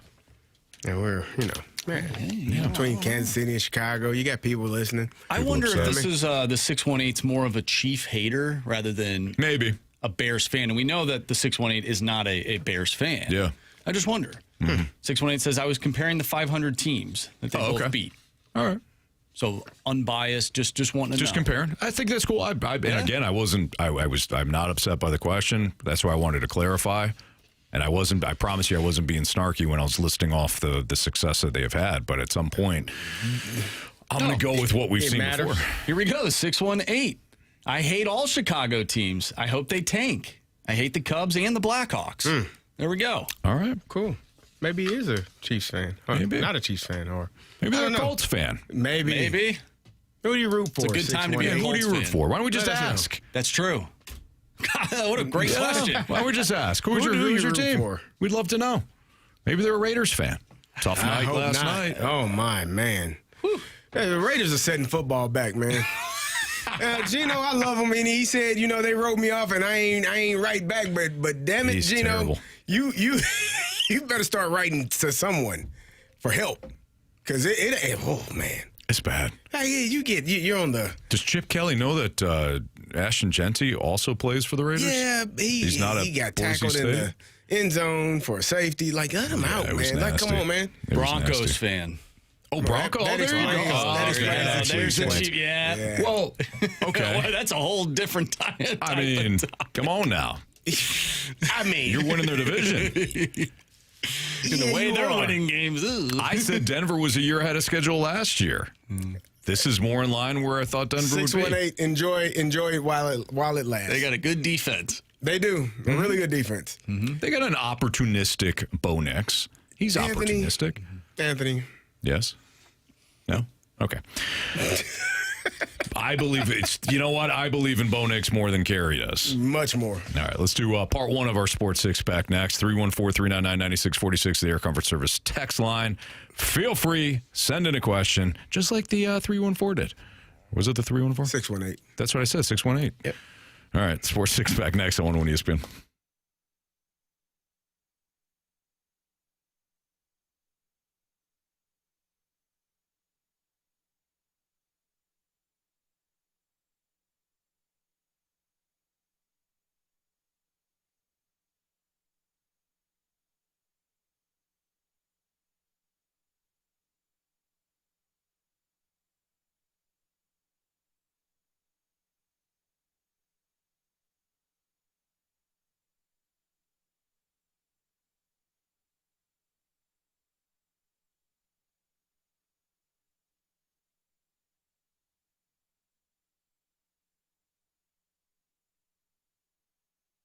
My guy Stewie's on the line right now, and with the holidays right around the corner, I know, Stewie, that you love to present opportunities that could perhaps enhance people's lives.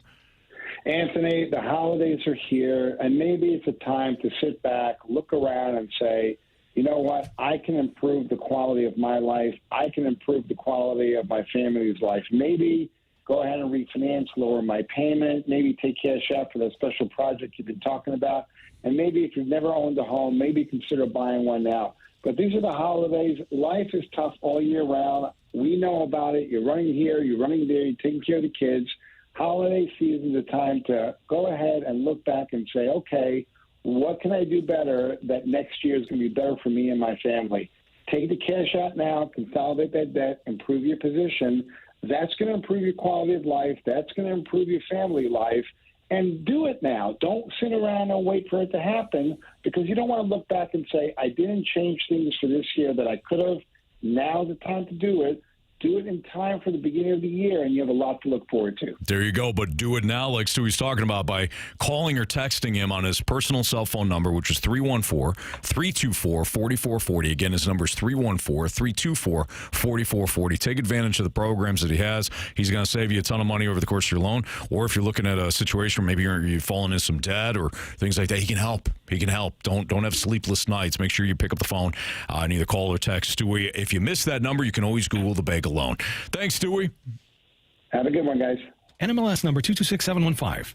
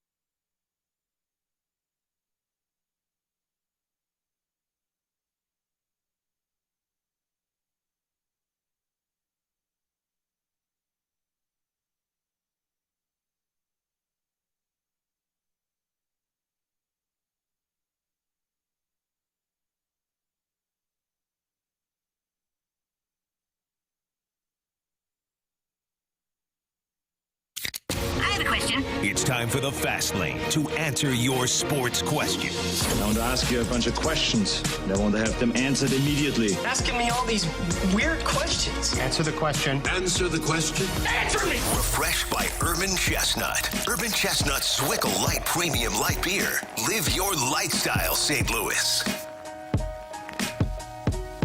Part one of the Sports Six Pack is right now. 314-399-9646 is the Air Comfort Service text line. So you got a question for us, send it in now. Marsh, fire away. Question number 1. All right, FedEx Colton text in. So I had a chance to go to the Blues game against Vegas, and I saw it was the Vegas Golden Knights and said, nah, I'm good. How soon until the Blues start feeling the Busch Stadium effect with empty seats? Oh, I think it's going to be a while. Yeah, I don't think they're. That was a slow. Let's keep this in mind. That was a slow trickle, but it was noticeable. Yeah. Oh yeah. Carey, I am right. I am wrong a lot. But you're right on this. I said back in 2018, and I think Splashback Deuce and the Snake Pit can actually back me up on this. In 2018, I started saying, hey, with the way that they are not only performing, maybe it was after the 2019, maybe it was 2020, because they obviously made it to the NLCS in 2019. But in 2020, this before COVID, you started to see less and less fans, and that was coming off the NLCS run. Mm-hmm. Then COVID hit. So you had a reason to not go to the stadium. But I thought fans, the frustration was starting to mount by the way that the Cardinals were operating. So the way that the front office was going about their free agent additions, the way that they were kind of promoting the team, the way that they were overselling some of the prospects, I felt like fans are starting to just say, hey, listen, we're not going to go to the stadium in droves. And then you start to see, it wasn't like the first losing season happened, they stopped going. Yeah. I think we started to see a lot more red seats earlier in the season, dating back to 2020. So you're saying if the Blues continue on this path for another 3 to 4 years, that's when people stop showing up. Yeah, I don't think they're going to just completely bail. They were booing last game, which honestly, that's a good thing. I didn't have a problem with it. If they're booing, they're still frustrated, at least. Yeah. They still have high expectations. Or some expectations. Yeah. It's when they stop booing, that's a problem. My coach told me that. You know? He said, hey, as long as I'm talking to you, even if I'm yelling at you, it means I care. The moment I stop talking to you, I don't give a damn no more. Right. And I was like, oh. Ooh. Oh, damn it. Okay. Go ahead and yell at me. Please. Mm-hmm. Question number 2. Well, Carey, you said last segment the Raiders are basically ruining football. They're bringing it back. The 636 wants to know, will the Raiders ever be good? Or are they just doomed for the foreseeable future? Yeah, it's a good question. I mean, I'm sure they will be good. I think, I think they have decent players Brock Bowers is a stud. I think Ashton Genty, when given the opportunities, can be a really good player. I like Geno Smith I don't know him personally, but I like him in how he's kind of rebounded in his career and done a good job and got paid a lot of money and did all of those things. Like, I think he's done a fantastic job of just rebuilding what was torn down when he was first drafted. But man, they got to be better. Yeah, he's got to play better. They have to play better. You got to call. I mean, Chip Kelly, you can't give Ashton Genty. I understand the game kind of gets out of hand and gets sideways, but this is what I was talking about. When OCs decide to, we're down 14 points, we got to air the ball out. Mm-hmm. You can still run the ball, man. Even being down 21 in the first half, if that's where you are, you can still run the ball. You still have to. You can't let your first round running back get 6 carries for 7 yards. No. Like that's especially when you have Geno Smith. It's negligent. Who's not playing good. There you go. So they got some things that they need to fix. I don't think it's I don't think it's over for them. I think they got a ways to go, but I think they're not too far off. I like their leadership and what they have. So we'll see. They need a quarterback. Well, that's obvious. So they have one. Yeah. But that goes for any and all teams. Question number 3. The Royal Lawn Guy wants to know, why can college football coaches or just college coaches leave when they're under contract? Do extensions really matter? Because teams will pay the buyout. As long as someone's willing to pay what you're owed, they can leave. And I don't have a problem with, I love the fact that players can leave. Like, I don't have a problem. If somebody's going to pay you more money, there are not many people in the world, in any profession, that if someone's going to pay you more money to do the same job, you're probably taking that opportunity, especially if we're talking $1 to $2 to $3 million more. It is what it is. Don't you think it'd be weird? Let's use the NFL, for example, and pick a player. Justin Jefferson. Oh, okay. Let's assume that, Justin Jefferson, he's got a few more years. You love JJ. I do. But this didn't go for what he was trying to do. No. Yeah. It's fine, though. Justin Jefferson, he's under contract for a few more years. If there was another team out there that said, hey, we're going to pay you more money. I know you're under contract for a few more years, but we're going to pay you more money. He can't just be like, all right, I'm out. I'm going to go to this team. No, he's under contract. The team would have to trade him to the other team in order for him to go to said team. If college football is basically working as a professional league, paying all these players, don't you think that coaches, players, they should remain there for a certain amount of time? They can't just jump ship. That's my same complaint about guys being fired. So if you're going to be able to fire somebody at any point, you got to pay them. If the Vikings, once he's paid all his guaranteed money, if Justin Jefferson is not playing at the level they want, they can cut him, and they won't owe him anything because he's still going to have a base salary that he would be making. So, for me, the honoring contract people, okay, well, make sure it's on both sides. Because if you're telling players that, you got to honor that contract, why are you asking for more money? Okay, well, cool, no problem. Then when I am playing like crap, 3 years into a 6-year deal, make sure I get the rest of my 3 years. I don't want to hear, we can cut them. So for me, it's the same thing with coaches. If they are ready to, and coaches are different because, like, James Franklin gets fired, they still owed him money until he got a new job. So that's different. But in terms of like players, I don't believe in you signed it, you should honor it. Cool. Make sure the ownership says the same thing. That rule goes for both parties because it can't be one-sided. I think my point is to, like, the players at least. You know, if there's a player playing at Mizzou and all of a sudden Georgia comes around and says, hey, we're going to give you more money. Come play for us. They're like, okay, see ya. I'm out. I'm going to go play for Georgia now. Whereas, like, in the NFL, you can't do that. No. Well, NFL has a collective bargaining agreement. Is that something that college needs to implement? Probably. Yeah, good luck.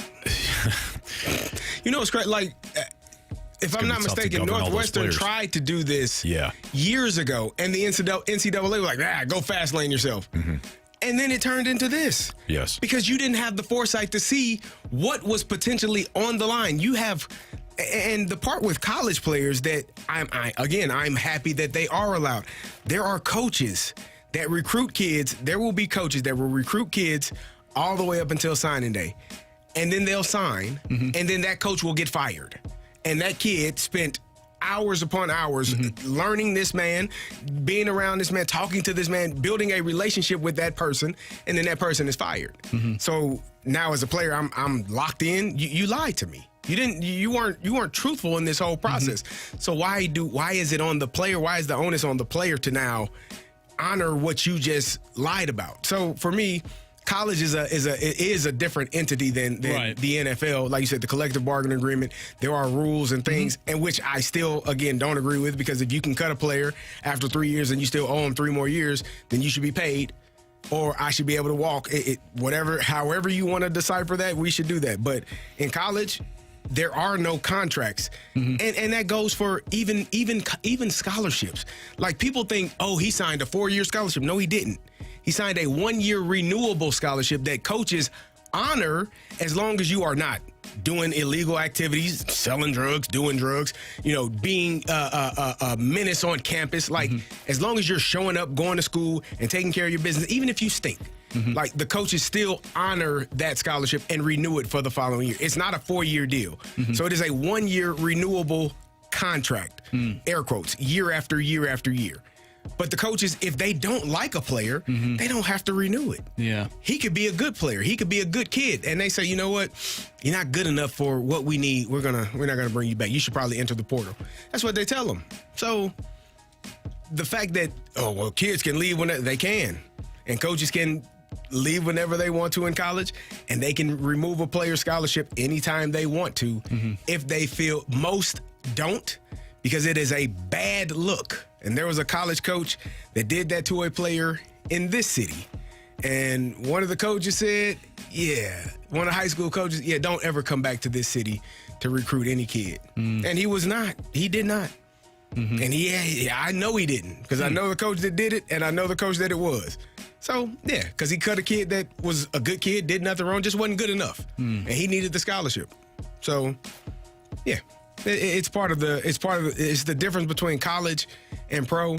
And like I said, the NCAA didn't have the foresight to see collective bargaining would probably have helped this situation now. So you get what you get. You're fast lane. You are. All right. Speaking of the fast lane, we have part 2 of the Sports Six Pack next on 101 ESPN.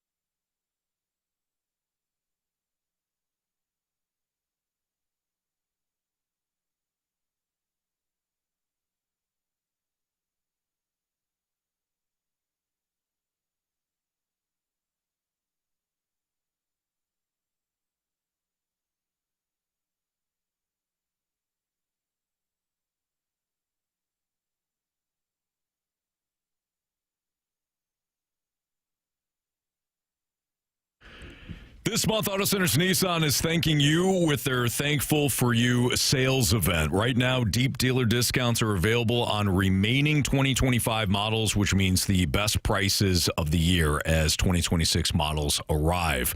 Get no payments for 6 months on select 2025 Nissan models, or get no money down and 0% APR for 60 months on 2025 Murano and Pathfinders, as well as the all-new 2026 Rogue Platinum. We're talking about 5 years interest-free on the vehicles that they have at Auto Centers Nissan Herculaneum. In fact, they've got over 1,000 vehicles all in one massive location right off I-55 in Herculaneum, Missouri, just minutes from South County.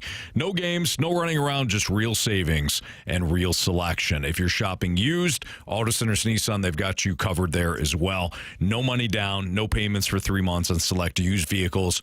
All are priced to move, and every new Nissan comes with a lifetime warranty and a 30-day return promise. Tell them Stalter sent you when you head out to Herculaneum. It's Auto Centers Nissan, and check them out online at autocentersnissan.com.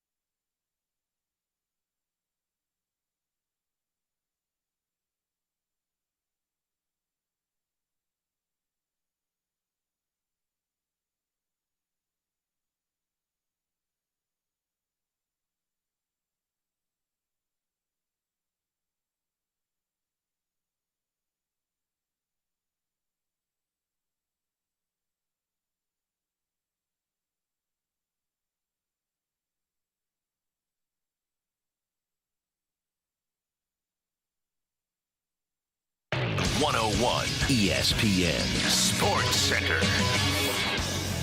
I'm Andrew Marsh. It's time for a Sports Center update brought to you by Saliga Heating and Cooling. The Blues back in action tonight, taking on the Toronto Maple Leafs. Early pregame starting at 5 o'clock. Puck drop is at 6. We have part 2 of our Sports Six-Pack coming up next, so get your questions in to the Air Comfort Service text line, 314-399-9646. Part 2 is next. I'm Andrew Marsh, and the Sports Center update is brought to you by Saliga Heating and Cooling, a Daikin heating and air conditioning dealer.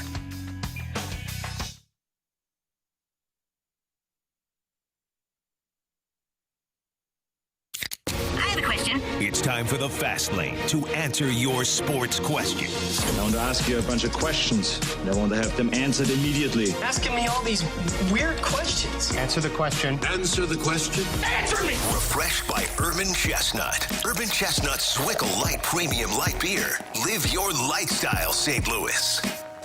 Part 2 of the Sports Six-Pack is right now here in the Fast Lane on 101 ESPN. Keep those questions coming in. The Air Comfort Service text line, 314-399-9646. All right, Marsh, question 4. Question number 4.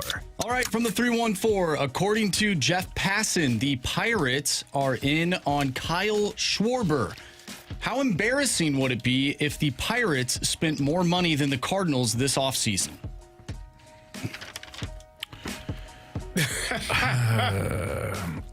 Here's where I go with this. One, how much more have the Cardinals spent over the years than the Pirates? So we can't just isolate one off season and say now it's embarrassing. 2, I don't care how much the Cardinals spend. I really don't. I know that spending a lot has equated to, winning at the highest level. But the Dodgers spending what they do, or the Phillies spending what they do, the Cardinals are never going to be in that category. I care about them spending wisely. I care about them throwing good money at players that have upside, as opposed to either going the really cheap route and bringing in pitchers that are well past their prime, that don't have any upside, can't deal them at the deadline. It's basically a dead end. Or spending however many millions of dollars that they did on Mike Leake or Dexter Fowler, just trying to fill needs. I'd rather have them spend wisely. I don't care if the Pirates spend money. Is Kyle Schwarber going to go there? I highly doubt it. And are the Pirates going to turn around and give a big contract to Paul Skeens? I think the issue or the concern would be the optics of it. It's like, oh man, the Pirates are actually trying. They're actually willing to spend on player X, right? Whereas it's like, the Cardinals are Phil Maton. And again, Phil Maton played his ass off, so it's not a knock against Phil Maton. But I hadn't heard of Phil Maton until he became a Cardinal. You know what I mean? Yeah. Like that. I think that's the issue with why fans get frustrated with the Cardinals. It's, man, you telling me our division rival is all in on Kyle Schwarber? Like, yeah, they're going to have him. They're going to be able to have Paul Skeens throwing and pitching and playing, and we got to see these guys? Like, that's the frustration that I think Cardinals fans have.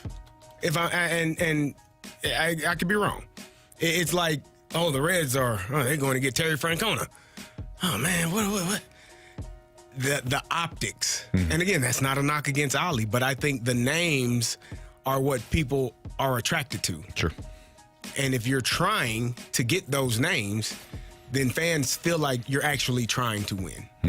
Versus, signing a solid reliever that will play in, I don't know, 60 games. Critical, vital for a lineup, for a team.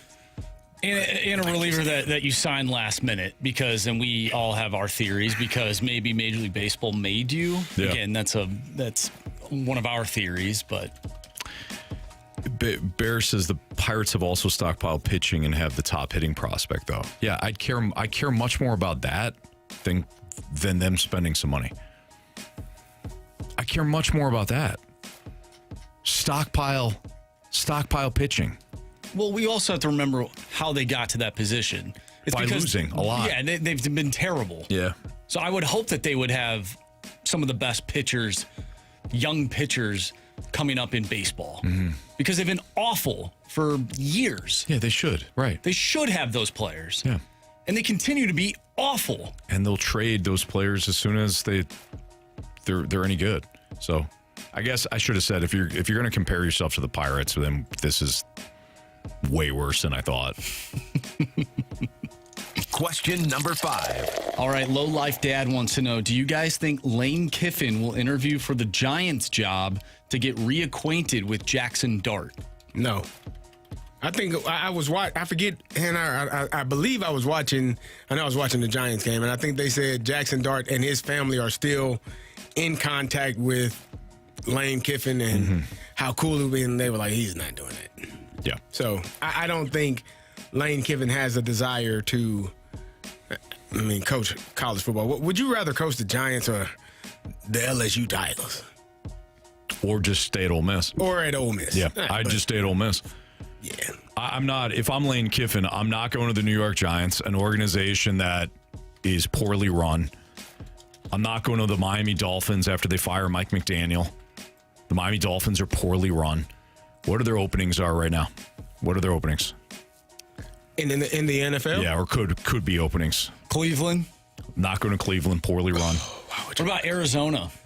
Not going to Arizona. I don't think he's going to get fired. You don't think so? Nah. Jonathan Goodwin? Yeah, Jonathan Gannon. Or Gannon, sorry. Who's Jonathan Goodwin? Where I know that name? He's an offensive basketball lineman. player? No, Jonathan Goodwin's an offensive lineman somewhere, isn't he? I don't know. Either way, I mean Jonathan Gannon. Yeah. No, I don't think he's going to get fired. I think he's going to be okay.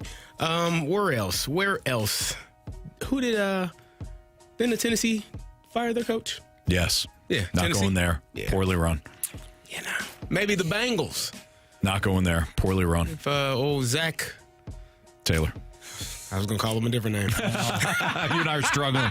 That offense, though, is pretty enticing, though. Yeah. For an offensive guy. I'm not doing it. You're not wrong. I mean, Jim, look at what Jim Harbaugh did. Jim Harbaugh was at Michigan. He kept getting, offers to go to the NFL. Waited, wound up winning a national title there. NCAA started investigating him, and he goes, I'm out. Had his pick of the litter and wound up with the Chargers and Justin Herbert in an organization that obviously isn't as well run as like the Pittsburgh Steelers or the Philadelphia Eagles, but at least respectable. What about Atlanta? Poorly run.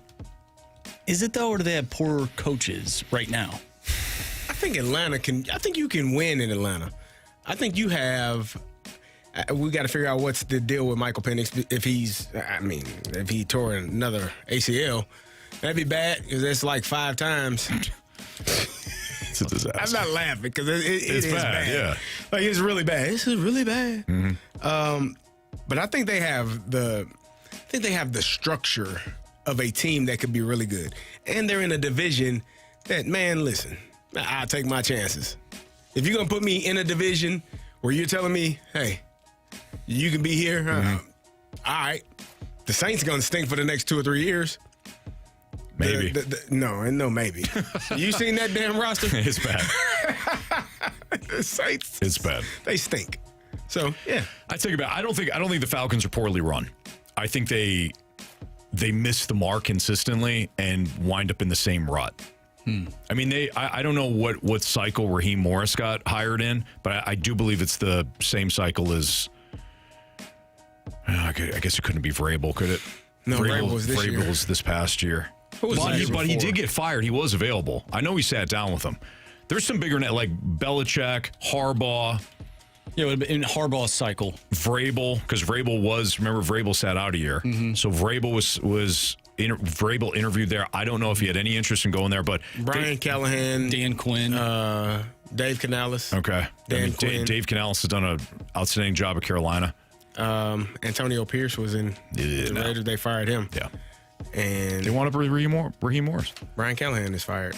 Nah. Oh, Gerard Mayo was hired that year too. No, thank you. The Patriots. All right. Let's bet the board next on 101 ESPN.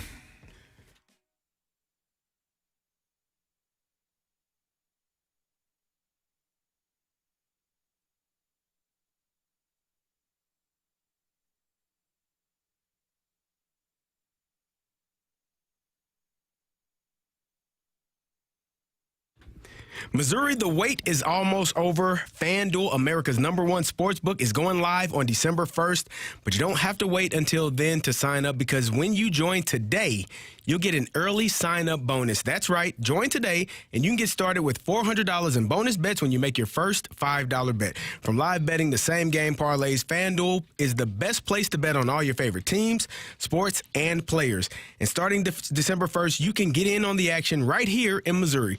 Just visit FanDuel.com/Missouri to learn more. That's FanDuel.com/Missouri to join today. Play your game with FanDuel, America's #1 sportsbook. 21 plus and present in Missouri. Gambling problem? Call 1-800-GAMBLER. Early sign-up $100 offer. Bonus bets expire 30 days after FanDuel accepts its first real money sports wager in Missouri. Unique user identity verification required. Post-launch $300 offer. First online real money wager, $5 first deposit required. Bonus bets expire 7 days after receipts. Restrictions apply. See terms at both offers at sportsbookfanduel.com.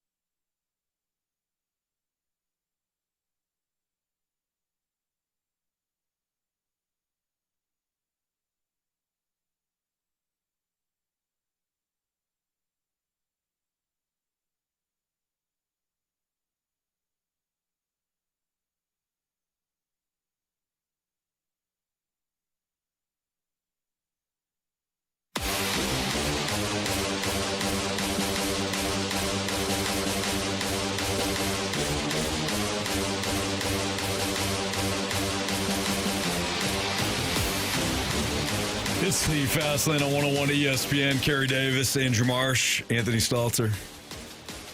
Marsh, what are our latest standings? All right, Anthony, I am in first still, just 1 point ahead of you. I have 8 points. You have 7. Carey has 4, and Jamie has 3. Okay. So you're still leading us there, Marsh. And Anthony, I don't know if you're going to like this pick. I really don't. You're going Maction, I know. I'm going Maction. Guess what team I'm going with? Western Michigan. Absolutely. Western Michigan going up against Northern Illinois. The spread is at -7 at -105. However, I'm going with the alternate spread of -5.5, and that is at -142. So give me Western Michigan -5.5 over Northern Illinois.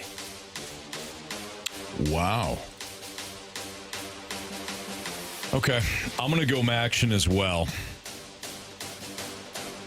I'm going to go with the Bowling Green Falcons at -3. I thought about taking Northern Illinois +7 because I really need the Huskies to come through tonight. Is it a personal thing? Well, the current max standings, I need Western Michigan to lose. Yeah, I got you. No. But I can't do it. So give me Bowling Green -3. Is it on me or is it Jamie? It's on you. Oh, okay. Give me the Golden State Warriors -3.5. Versus the Orlando Magic. As you guys know, Jamie loves to roll the dice. Yeah. And I was shocked as hell when I got this text from Jamie. What did he say?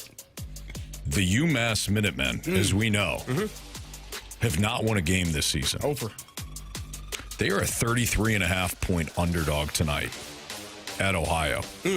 Jamie wants them on the money line. He don't even want the points.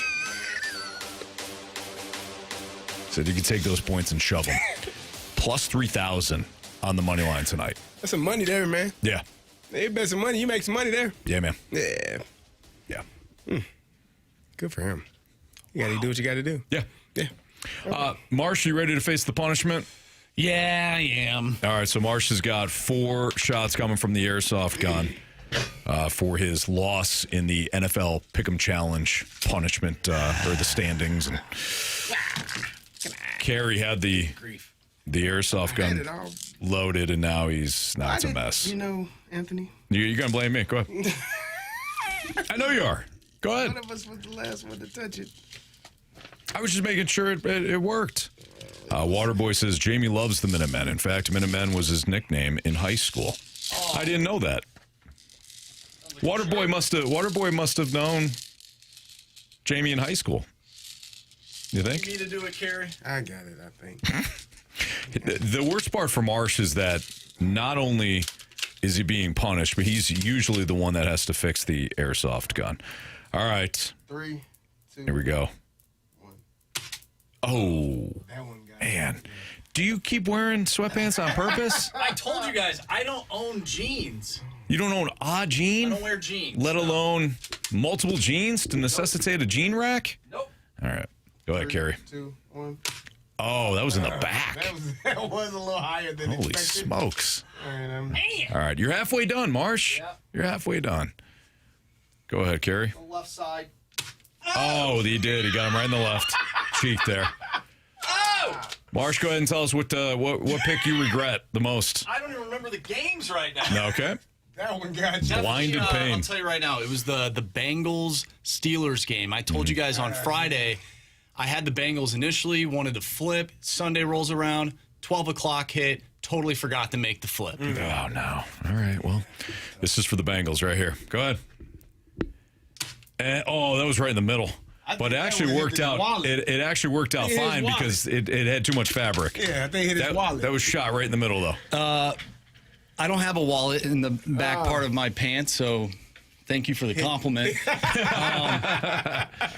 And I think the first one hit my side, so really only 2 of those. That final one, I kind of clenched my cheeks a little harder.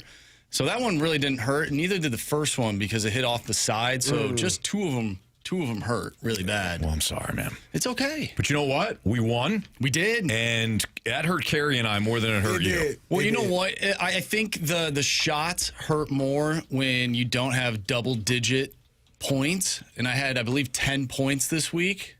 But everybody else just had more points, which is good for us as a team and as a whole, Jamie. Yeah. So, yeah, Jamie. It is what it is. All right. It is what it is. We had a good team win. That's right. Somebody's got to get punished. And you know what? It was you this week. But maybe BK next week. Maybe. All right. Gauntlet next on 101 ESPN.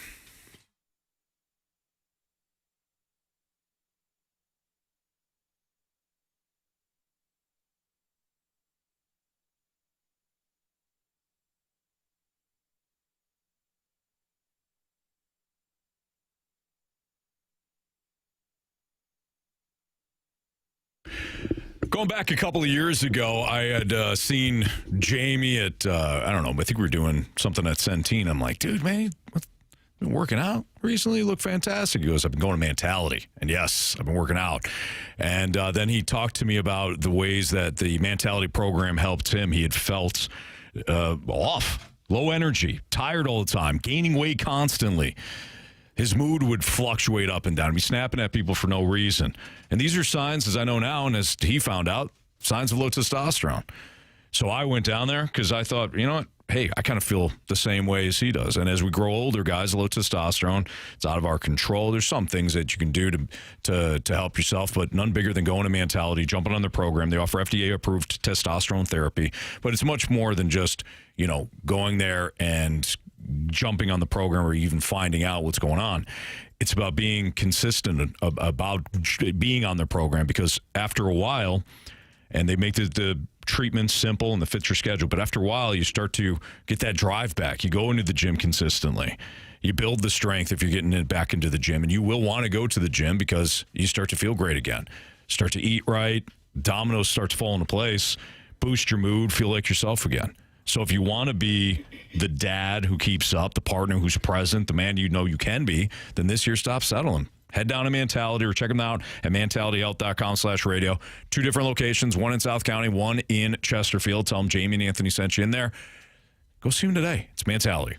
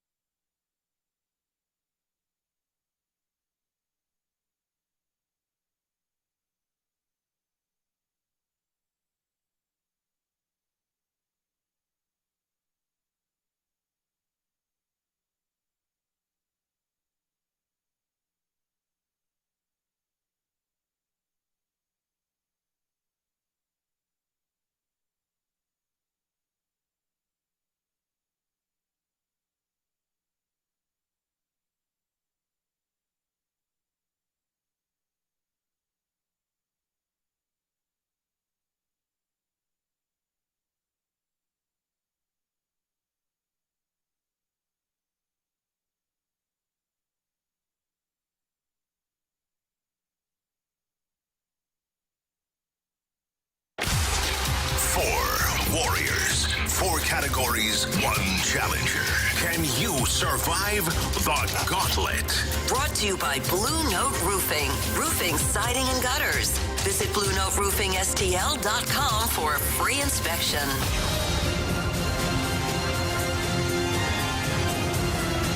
406, your time check is brought to you by Clarkson Jewelers, an officially licensed Rolex jeweler with Andrew Marsh and Carey Davis. I'm Anthony Stalter, and we welcome back Chris for round 2 of the Gauntlet. What's up, Chris?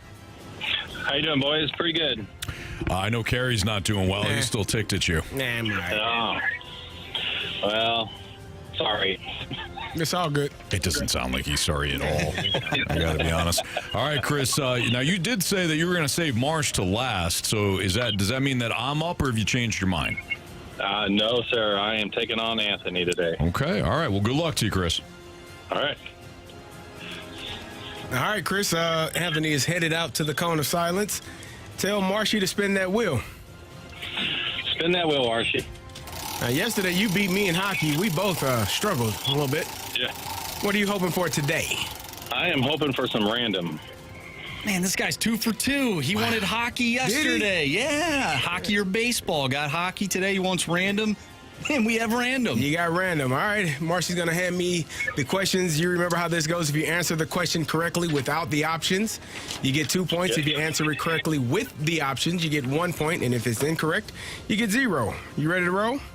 I am ready to go. All right, here we go. The Palmer House claims to have invented the first brownie back in 1893 for that year's World Fair. Where is the Palmer House located? We need the major city, please. World's Fair. I think I know this, but I'm going to have to take the options. Is it Paris, Chicago, or San Francisco? I believe it's Chicago. Final answer. Question number 2. What is the boiling point of water in degrees Fahrenheit at sea level? So what is the boiling point of water in degrees Fahrenheit at sea level? At sea level. In Fahrenheit, I will say... Oh, boy, why do I feel like this is a trick? It can't be that simple. Give me the options. Options are 98 degrees, 108 degrees, or 212 degrees. Fahrenheit. 100 and... no. Oh, I'm sorry. It was 98, 108, and 212? That's correct. I will say 98 degrees. Final answer. Question number 3. Identify the only mainland country in the Coral Triangle, a 2.3 million square mile region, which is home to 75% of the world's coral biodiversity. I'm sorry. Can you repeat that? Sure. Identify the only mainland country in the Coral Triangle, a 2.3 million square mile region, which is home to 75% of the world's coral biodiversity. Options. Options are Malaysia, Nepal, or Qatar. Qatar. Yeah, we go back and forth whether it's Qatar or Qatar. Okay. Some people say it's Qatar. Some people say it's Qatar. All right. Qatar or Qatar, depending on where you're from. I believe it's option A. Final answer. Malaysia. Yeah. Final answer. All right. Question number 4. Can you tell us the name for a classic karate training studio? The name of a classic karate studio. I have no idea. Options, please. Options are a dojo, a temple, or a rizpa. Dojo, temple. Option A. Final answer. Dojo. All right, we'll get Anthony back in here. Chris, how you feel? I screwed up on number 2, but I'm hopeful. It happens. We'll see how Anthony feels once he pops these earbuds, headphones. Earbuds. Nailed it. Airbud, great documentary. Airbud was a great. Yeah, about the dog that playing basketball. Mm-hmm. He played a lot of different sports. Oh, did he? And you know what he did? What did he do? He left it out on the line, all out on the line every single time he was out there. Like you're going to do, Anthony. Did he win a title? Yeah, we don't know. Well, you have to watch the documentary. Anthony, we're going to spoil it. All right, fair enough. Anthony, what would you prefer? Football. Okay, you got random. Lunch with these. I don't like random. I know you don't. Marcy, tell him. Pack a lunch. Yeah, I don't want to, guys. I don't want to do random. I hate to be the bearer of bad news, but that's what you're doing, buddy. All right. No. Are you ready? Yeah, sure. All right, here we go. The Palmer House claims to have invented the first brownie back in 1893 for that year's World Fair. Where is the Palmer House located? We need the major city, please. Options. Is it Paris, Chicago, or San Francisco? Chicago. Final answer.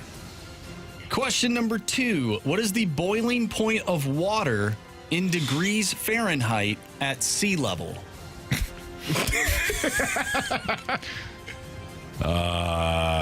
Options. Options are 98 degrees, 108 degrees, or 212 degrees. 98 what and what? 98, 108, or 212. 108. Final answer. Uh-oh. Question number 3. Identify the only mainland country in the Coral Triangle, a 2.3 million square mile region, which is home to 75% of the world's coral biodiversity. Options.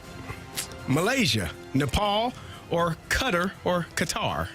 I don't know how you, you know.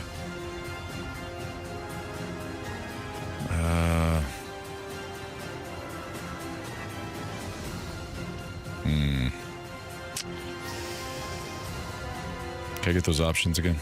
Malaysia, Nepal, or Qatar/Qatar.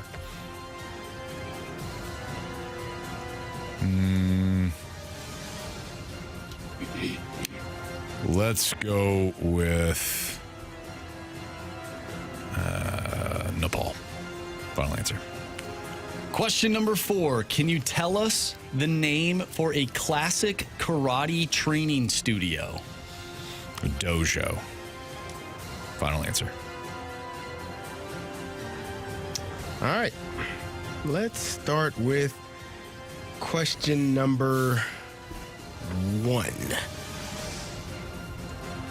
The Palmer House claims to have invented the first brownie back in 1893 for that year's World Fair. Where is the Palmer House located? We need the major city, please. Chris, you said Chicago. Anthony, you said Chicago. Correct answer is? It's Chicago. You both needed the options. Thank it's God. 1-1. Let's go to this question. Identify the only mainland country in the Coral Triangle, a 2.3 million square mile region, which is home to 75% of the world's coral biodiversity. Chris, you said Malaysia. Anthony, you said Nepal. Correct answer is? It is Malaysia. It is Malaysia. Chris needed the options. He's up 2-1. Let's go to this question. Can you tell us tell us the name for a classic? Jeez Louise. Can you tell us the name for a classic karate dojo? Chris said karate studio. Chris said dojo. Anthony said dojo. Correct answer is? It's dojo. But Anthony didn't need the options. We have a 3-3 tie. It comes down to this question here. What is the boiling point in degrees Fahrenheit at sea level? You got different answers. Anthony, you said 108. Chris, you said 98. Chris. Yep. Walk it off. It's 212. We have a tie. Yep. Walk it off, I knew Anthony. it. Apparently I knew that. Apparently, that was the most obvious answer. I know. I knew that. I knew it. Well, here we are. Jesus Cribs. I knew that 98 degrees and 108 degrees. I don't care. No, I'm not. I don't care. I don't care. I don't care. I know you. It's really hot. This pisses me off. I don't care.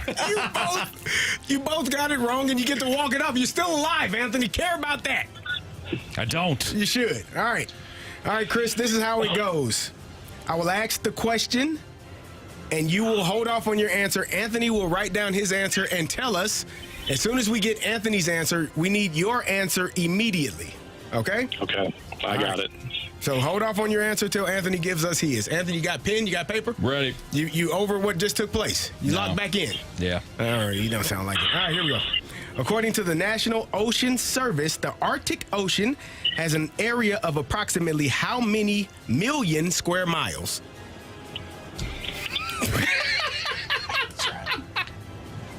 How many million square miles? How many million square miles? I don't know.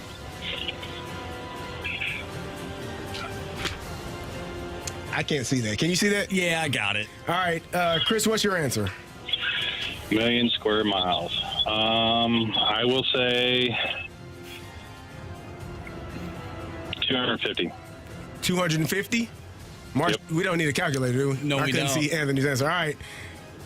Chris. You have chosen poorly.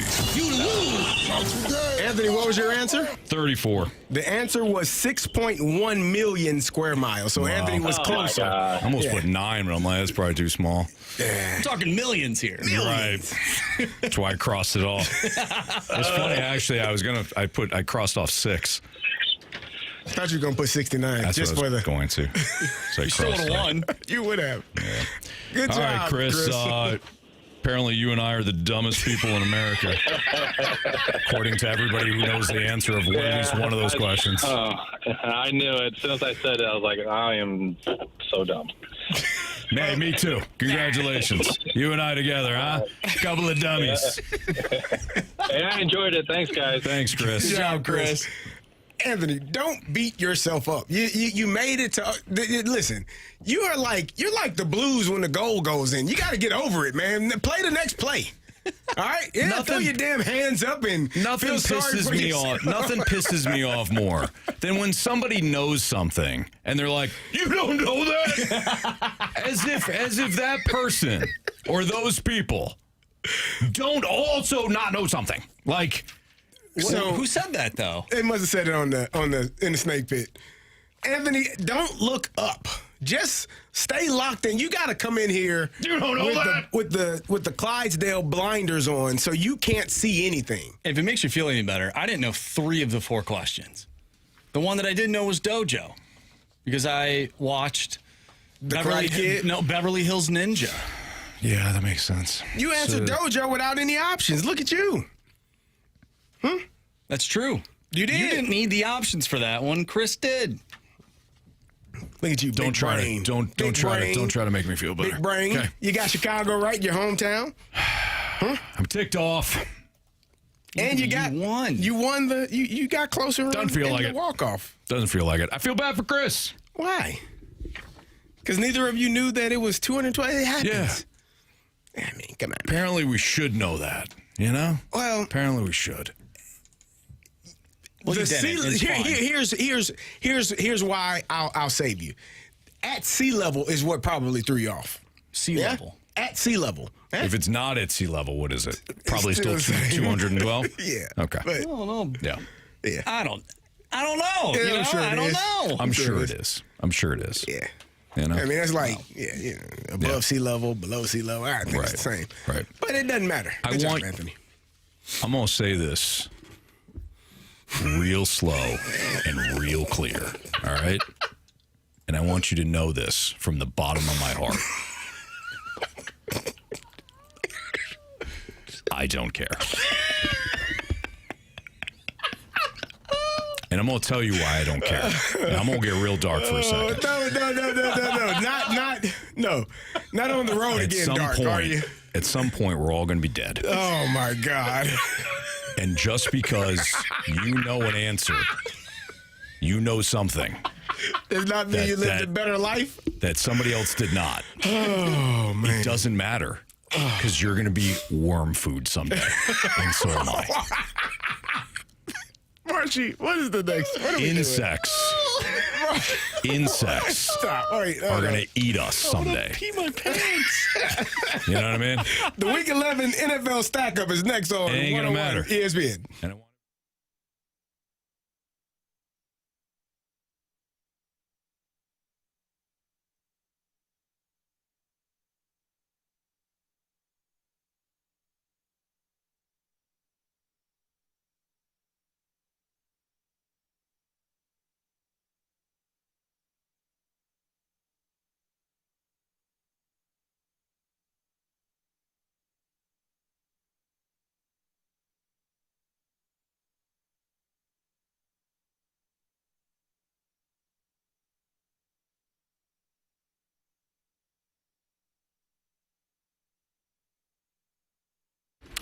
Fast breaks, buzzer beaters, and block parties are back, and Underdog is the best place to get in on all the NBA action. You can make your entries right here in the state of Missouri. You don't have to go anywhere. You can do it from your home couch if you want. Playing on Underdog is easy. Just choose whether or not certain players will go higher or lower on their stats. Points, rebounds, assists, steals. They've got it all at Underdog. I love the fact, too, that if one of your players gets injured early in the game, you get your entry fee back because they want to make it fair. So not wishing any sort of injury on anybody. But, you know, if you take Steph Curry tonight and he winds up getting a little banged up in the first quarter, leaves the game, and you've got higher than 26.5 points on Steph Curry, Underdog will say, you know what? That's not fair. He didn't play the whole game. Didn't even play half the game. Here's your entry fee back. I love playing an Underdog. You will too. Download the app today. Sign up using my promo code Anthony to score $100 in bonus entries when you play your first $5. Again, that promo code is Anthony at Underdog, where you can make plays and win money. Must be 18 or older and present in Missouri. Terms apply. See assets.underdogfantasy.com/web/play and get turns _DFS_.html for details. Concerned with your play, call 1-800-GAMBLER or visit www.ncbgambling.org.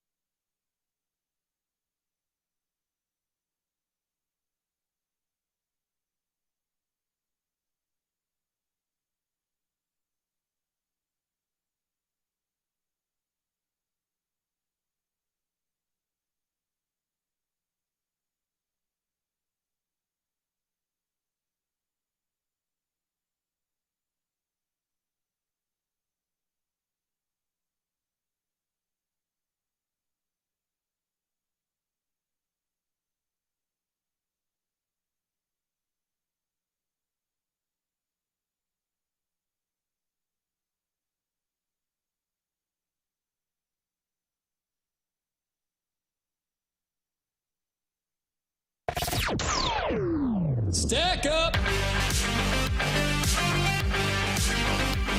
All right, time for the NFL Week 11 Stack Up here in the Fast Lane on 101 ESPN. Can I say something quickly? Of course you can, I have Carey. people in my life that I truly love, but there aren't many people that I love more than Anthony Stalter when he is man. like pissed off. He is like one of the best funniest, angriest, like when he's really pissed off, like despite the anger, like when it comes, I don't know where it's going. Like I had no clue what direction we were turning. I felt like it was going to be really bad. You made a turn. It was a hard left turn, and it was bad. What you just did in that last segment reminded me of Jack Black in The School of Rock when he's telling all the kids to just give up, just quit. Oh, man. Because in the end, you'll lose big time. Mm-hmm. That's whatever you just did, that's what that reminded me of. I just think that sometimes we all need a little humbling, you know? And just because you can point to, I don't know, Provo on a map doesn't make you better than anybody, you know? Dark Thought Anthony is my spirit animal from the 636. Thank you. You know what knows most of this stuff that you're bragging about? You know who you are. Google. Okay? Google knows this stuff. Oh, man. And just because you know some of it off the top of your noggin doesn't mean that you're better than anybody. You know? Mm-hmm. All right. Let's do that stack up, huh, Marshy? Yeah. All right. Philly? Yeah, Philly. Yeah, no question. There you go, Philadelphia Eagles. That's it. I got questions, but I mean, it's got to be the Eagles. That's no-brainer. Yep. I got the Pats here at 2.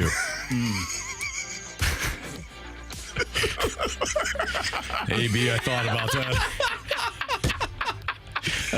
that. Would you like to read it? AB says the little monkey glass is like, no. Hopefully they turned it off. They were turned off, too. Shout out to my son's preschool class who was listening earlier. At least they're learning, right? Oh, man. Right. They don't want to learn that. They learned what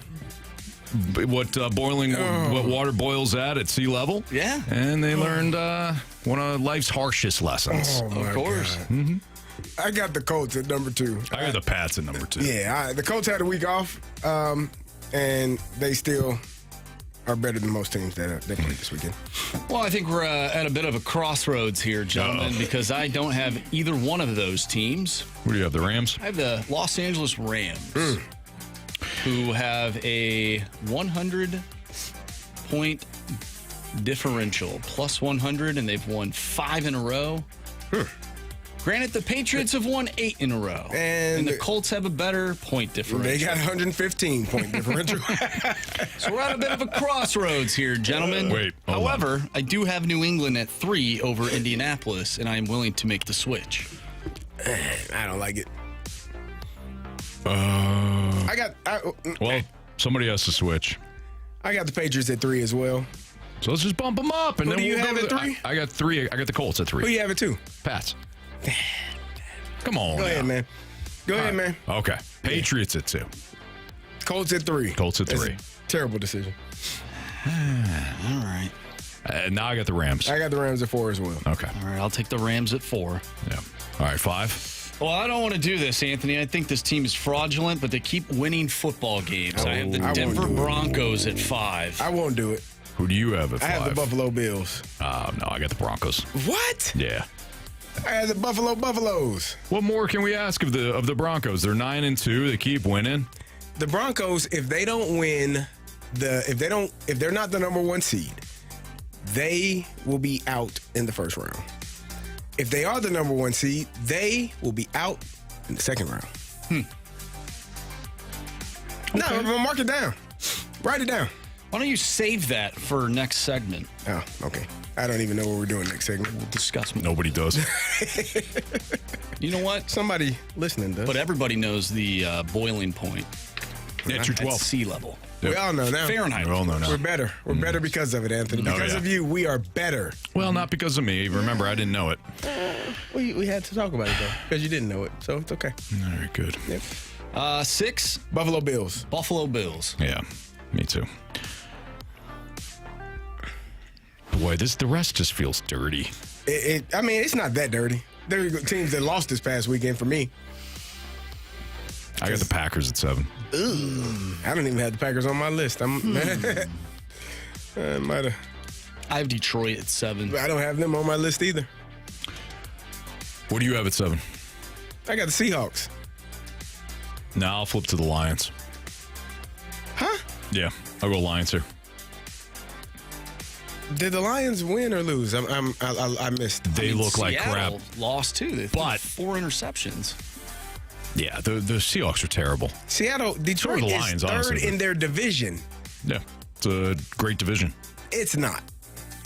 It is. It ain't. You got 3 teams that are two games above 500 or more. Now, granted, you have more in the West. What am I missing here? Caught that as I was looking at it. All right, CJ's right. Seahawks. Thank you. Seahawks. All right, now we got problem at 8. I got the Bucks. No. They're still leading their division. I can't. Let's go Lions. I can't put it. They're third in the division. They're not even the best team in their own The Bucks might not even win their division. But they are. You know what? They have the same record, though. It's a crap division they're playing in. Plus, the Lions beat the Bucks. Give me the Lions. It's terrible. You got the Bucks? Who you got? I don't have green or I don't. I went 7 Detroit, 8 Green Bay, 9 Chicago. So I'll throw out Green Bay. Although that team, man, I mean, they almost lost to the Giants this week. Listen, man. The Green Bay, I don't know who they are. You're right, Carey. I would rather take Green Bay out of here because I don't know what I'm going to get from them. But granted, Tampa Bay, these teams, what about San Francisco? Somehow they're 7-4. 7-4 with. Who did they just beat? They beat the Cardinals. That doesn't count. Jacoby Brissett had made an NFL record for completed passes. Who do you have at 9? I got the Panthers at 9. Wow. What? Did the Panthers win this weekend? They barely beat a horse-pissed team. They barely did what? They barely won. They did what? They barely. Let me rephrase. They were gifted a victory this What's weekend. the last victory? They were gifted it. Victory. Fortunately, the team that they got it from is basically a cross between Santa and the Easter Bunny, just handing out stuff. Well, however it comes, man. Give me more. If you handing out wins, I want one. You're not on our schedule this week. I want one. Fortunately, the Saints are. And the Saints going to get a win this week. No, the Saints are not. So everybody driving to the Superdome. To win? They're going to get a win. I say we put the 49ers here. Let's you know do what? it. I can do it. Okay, fine. 49ers 9. Who was 8? We got 8 was the Lions. How the hell we get to Detroit? I didn't. Oh my God. Okay. 10's got to be Chicago. Yeah. That's fine. I got the Bears at 10. Let's do 10 for the Bears. Hey Marsh. Yeah. They earned it. Yeah. They earned number 10. Sure. They were 10 last week. You should be happy. I am. Yeah. I know. Go Bears, baby. They earned that 10 spot. Yep. Yeah, well, it didn't work last week. It hasn't been working a lot this year, except for when Anthony did it in week 2. Well, he had a team that probably deserved it. Who they do in week 2? Falcons. You put the Vikings at 10. Oh, for week 2. Yeah, that helped big time. Or no, maybe it was week 3. I don't know what it was. Either way. 3-8-6. That's what I'm trying to tell these guys. The Bears are in first. I know. Yeah. That's why I put them 10. Yeah. You guys got teams that lost in their records. You got the Packers All and the right, Lions. The Lions are third. They are. You know what? 2 games from being last in the division. Okay. Then we want to. Are we going to go off of what they did last year? No, it's fine. If we do that, At 8, I got the Dolphins. Here he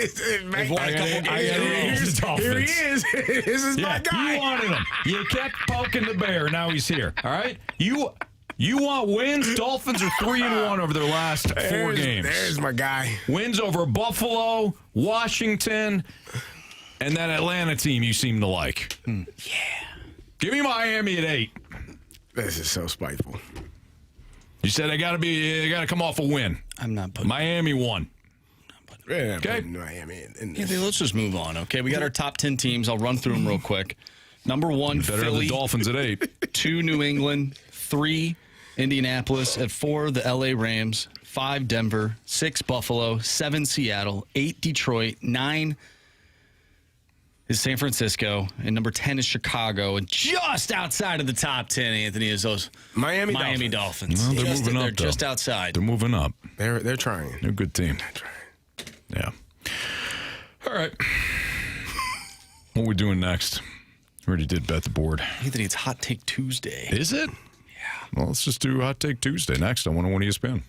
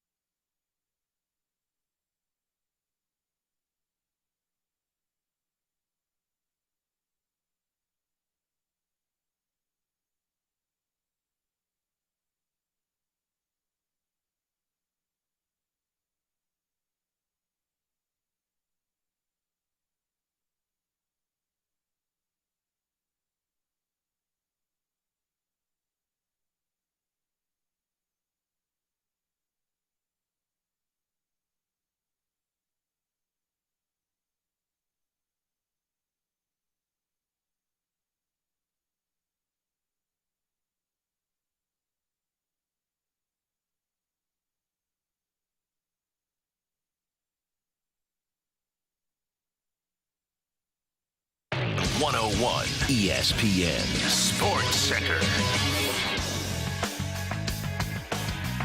I'm Andrew Marsh. It's time for a Sports Center update driven by Johnny Londoff Chevrolet and Johnny Londoff Autoplex. We have Blues pregame for you in a little under 20 minutes. Starts at 5 o'clock. Puck drop will be at 6 as the Blues take on the Toronto Maple Leafs. If you missed anything from today's show, make sure you go to 101ESPN.com or check out the free Dobbs Tire and Auto Center's 101 ESPN mobile app.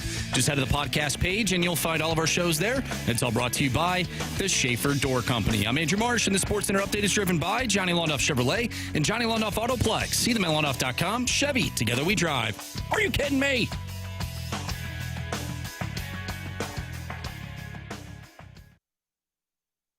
Hot, hot, hot, hot, hot, hot, hot, hot. So hot here. It's Fastlane on 101 ESPN. Marsh, you just invented a new segment for us. Can you tell it to the people? Oh, it's Hot Take Tuesday, Anthony, where we give our hot takes, spicy hot takes, a mild hot take, whatever you want to say today, and then we'll react to said hot takes. Okay. Carey, what's your hot take? The Cleveland Browns, with Shedeur Sanders under center, will go 5-2 in their last 7 games. Whoa! No, they still won't make the playoffs. Do you care for me to read off the names of the teams that they play? Sure. At Raiders, dub. Versus the 49ers, L. Versus the Titans, dub. At Bears, dub. Versus the Bills. That's where it gets dicey. The Bills can't stop the run. Dub. Wow. Versus the Steelers, L. At the Bengals, dub. 5-2. Finish the season. Wow. And all things are right in the land. Whew. All right. My spicy take is that the Big Ten will only get 2 teams in the playoff. Wow. Ohio State and Indiana. That is a You think Oregon's out? terrible take. USC is going to beat Oregon, and then, You know who USC lost to, don't you? yeah, Illinois. Yep. So even if USC beats Oregon, you still don't think they make the college football playoff? They won't. If SC beats Oregon, USC is in. Hell, I'll take Oregon and USC Not without a Big Ten championship. over old Notre Dame. Wow. I don't actually believe it. You want a spicy take, I give you a spicy take. Thank you, Gator. All right. My spicy take is none of the current AFC division leaders will make the AFC championship game. I like that. That is a spicy take. That is. And let's take a look at said division leaders. You have the New England Patriots, the Pittsburgh Steelers, the Indianapolis Colts, and the Denver Broncos. Who the hell makes it then? It'll be weird if Ravens and 2 the wild Bills? card teams make it. Bills, Ravens, Chiefs, the teams that we see pretty much each and every I see where he's year. going with this. No, status quo. Same old, same old. Sounds like what Marshy's going for. Yeah. Nah, I don't like Well, not same old, same old. that is. Bills, Ravens, Chiefs. Same Chiefs, teams. My mild hot take is that the Blues will get at least 1 point in 4 of the 5 games on the road. Okay. Come on, man. My mild take is that the Vikings will bench J.J. McCarthy Whoa! What did I do to you? for Max Brosmer. Maxie was coaching him up on the sideline. Yeah, he was. Getting them together. I don't think J.J. actually did hurt the ankle. I think it was a soft benching. This It's guy. kind of like a. What did I do Kind to of like you? a, Pavel Buchnevich. We're gonna bench you, but we're not. We're gonna healthy scratch, but ish. That's correct, Gary. Yeah. Yeah. Except for he was Marsh, actually you didn't healthy, do anything to me. Healthy scratch. You like Max Brosmer. I'm delivering Max Brosmer to you. Okay. Through my spicy take. Okay. My mild take is the new NBA All-Star format will now be the best All-Star game of them all. Whoa. Really? They got the world versus the USA. The world players, so all the international stars, Luka, Giannis, name them, they got them. Jokic, like, that team stacked. SGA, say they stacked, right? Versus the old United States of America. Whew, good luck, fellas. World team might kick your, I won't even say it. Don't be fun, though. Certainly will. Certainly will. You gonna watch? No. It's the final week of the Countdown to Thanksgiving campaign to benefit Operation Food Search, hosted by Lee's Famous Recipe Chicken, Hot Shot Sports Bar and Grill, Coca-Cola, and us, 101 ESPN. Drop off a non-perishable food item at any Lee's or Hot Shots location now through this Friday, November 21st. Every donation earns a free Coca-Cola beverage. All food collected will go to Operation Food Search to help local families in need, and we've all seen that right now is a very important time to support our local area food banks. Each donor can also get entered to win a prize package that includes gift cards to Lee's and Hot Shots, as well as Blues tickets. Get all the details on the Countdown to Thanksgiving to benefit Operation Food Search now at 101ESPN.com. We'll wrap up the show next on 101 ESPN.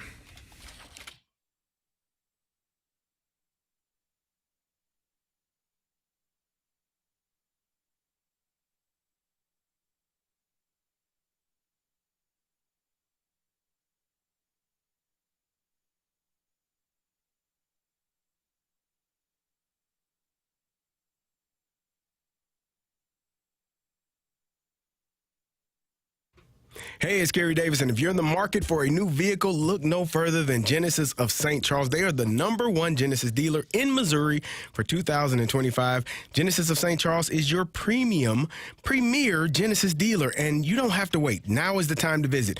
During the signature event at Genesis of St. Charles, they want your trade-in, and they are willing to pay more for it on any new Genesis purchase. No games, no gimmicks, just upfront pricing. Unlock the e-price today. Every purchase comes with 3 years of complimentary Genesis service valet.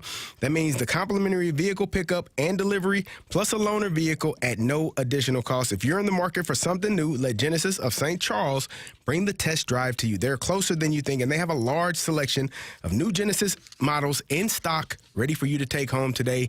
You can visit them there or buy it online. You can experience the luxury service at the state-of-the-art facility located at 5601 Veterans Memorial Parkway in St. Peters, right off of Mid-Rivers Mall and Highway 70. Visit them today or go online. You can get started today at genesisofstcharles.com. That's genesisofstcharles.com.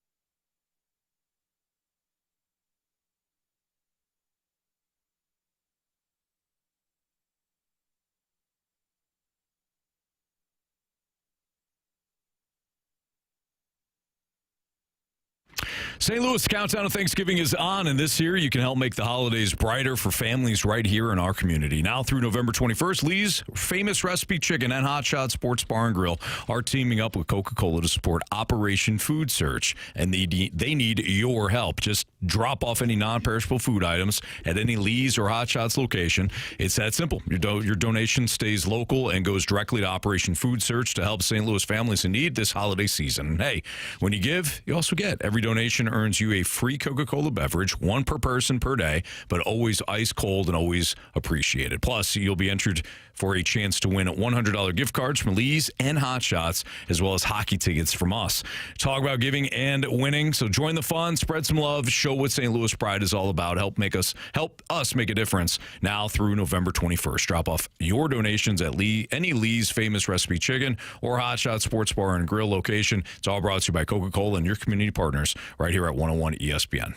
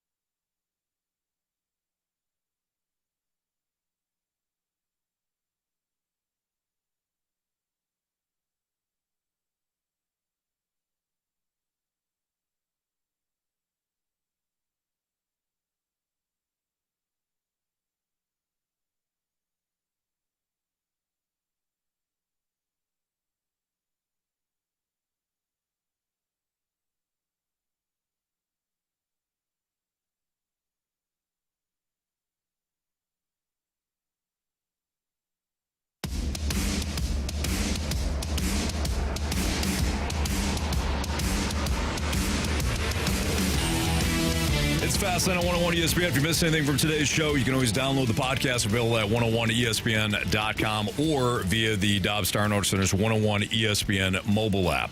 Well, the podcast brought to you by Shave Your Door Company. Marsh, why don't you hit those 3 stars, man? All righty then. We'll make sure you get those in. It's time for the Fastlane's 3 stars of the day. Presented by Circus Sports Illinois. Sports betting the way it should be. 3rd star of the day goes out to hot tubs. Yeah. Hot tubs. You never know what's going to happen. Never know. Never see a guy again, man. That's true. He could go back in time. Mm-hmm. Or he could just retire. Yeah. Never know. Never know. Never know. 2nd star goes out to the Monkeys. Yeah. Hey, the Monkeys. Hey, the Monkeys. Not the band, of course, but the preschool. Yeah. Preschool class. Yeah. Great kids those are. Yeah. One would think, man, they should probably be the 1st star of the day. Well, that's not the case today because Dark Thought Anthony is our is number that 1 dark star. thought or is it just realistic thought? I think it was very dark. You got to admit there was some perspective there. It was a bit concerning because I didn't know where we were going. And I thought we should, But still, the perspective overall, though. I'm not saying you're wrong. Yeah. I'm just saying I don't think that was the time or place to let everybody know. And I think your frustration boiled over. And think you we'll were agree to frustrated. disagree. You're a little hot. You're a little bothered. Is this a boiling point thing again? I wasn't making Sea it level. that way. I was not going there. I didn't have any. Wasn't I can speak for all of us when I say what we all learned was the boiling point of sea level. And of Anthony Stalter. 212. Well, we kind of already knew that. And if you said anything differently, you're wrong. Then you're a Shame on you. fast lane moron. Yeah. Wow.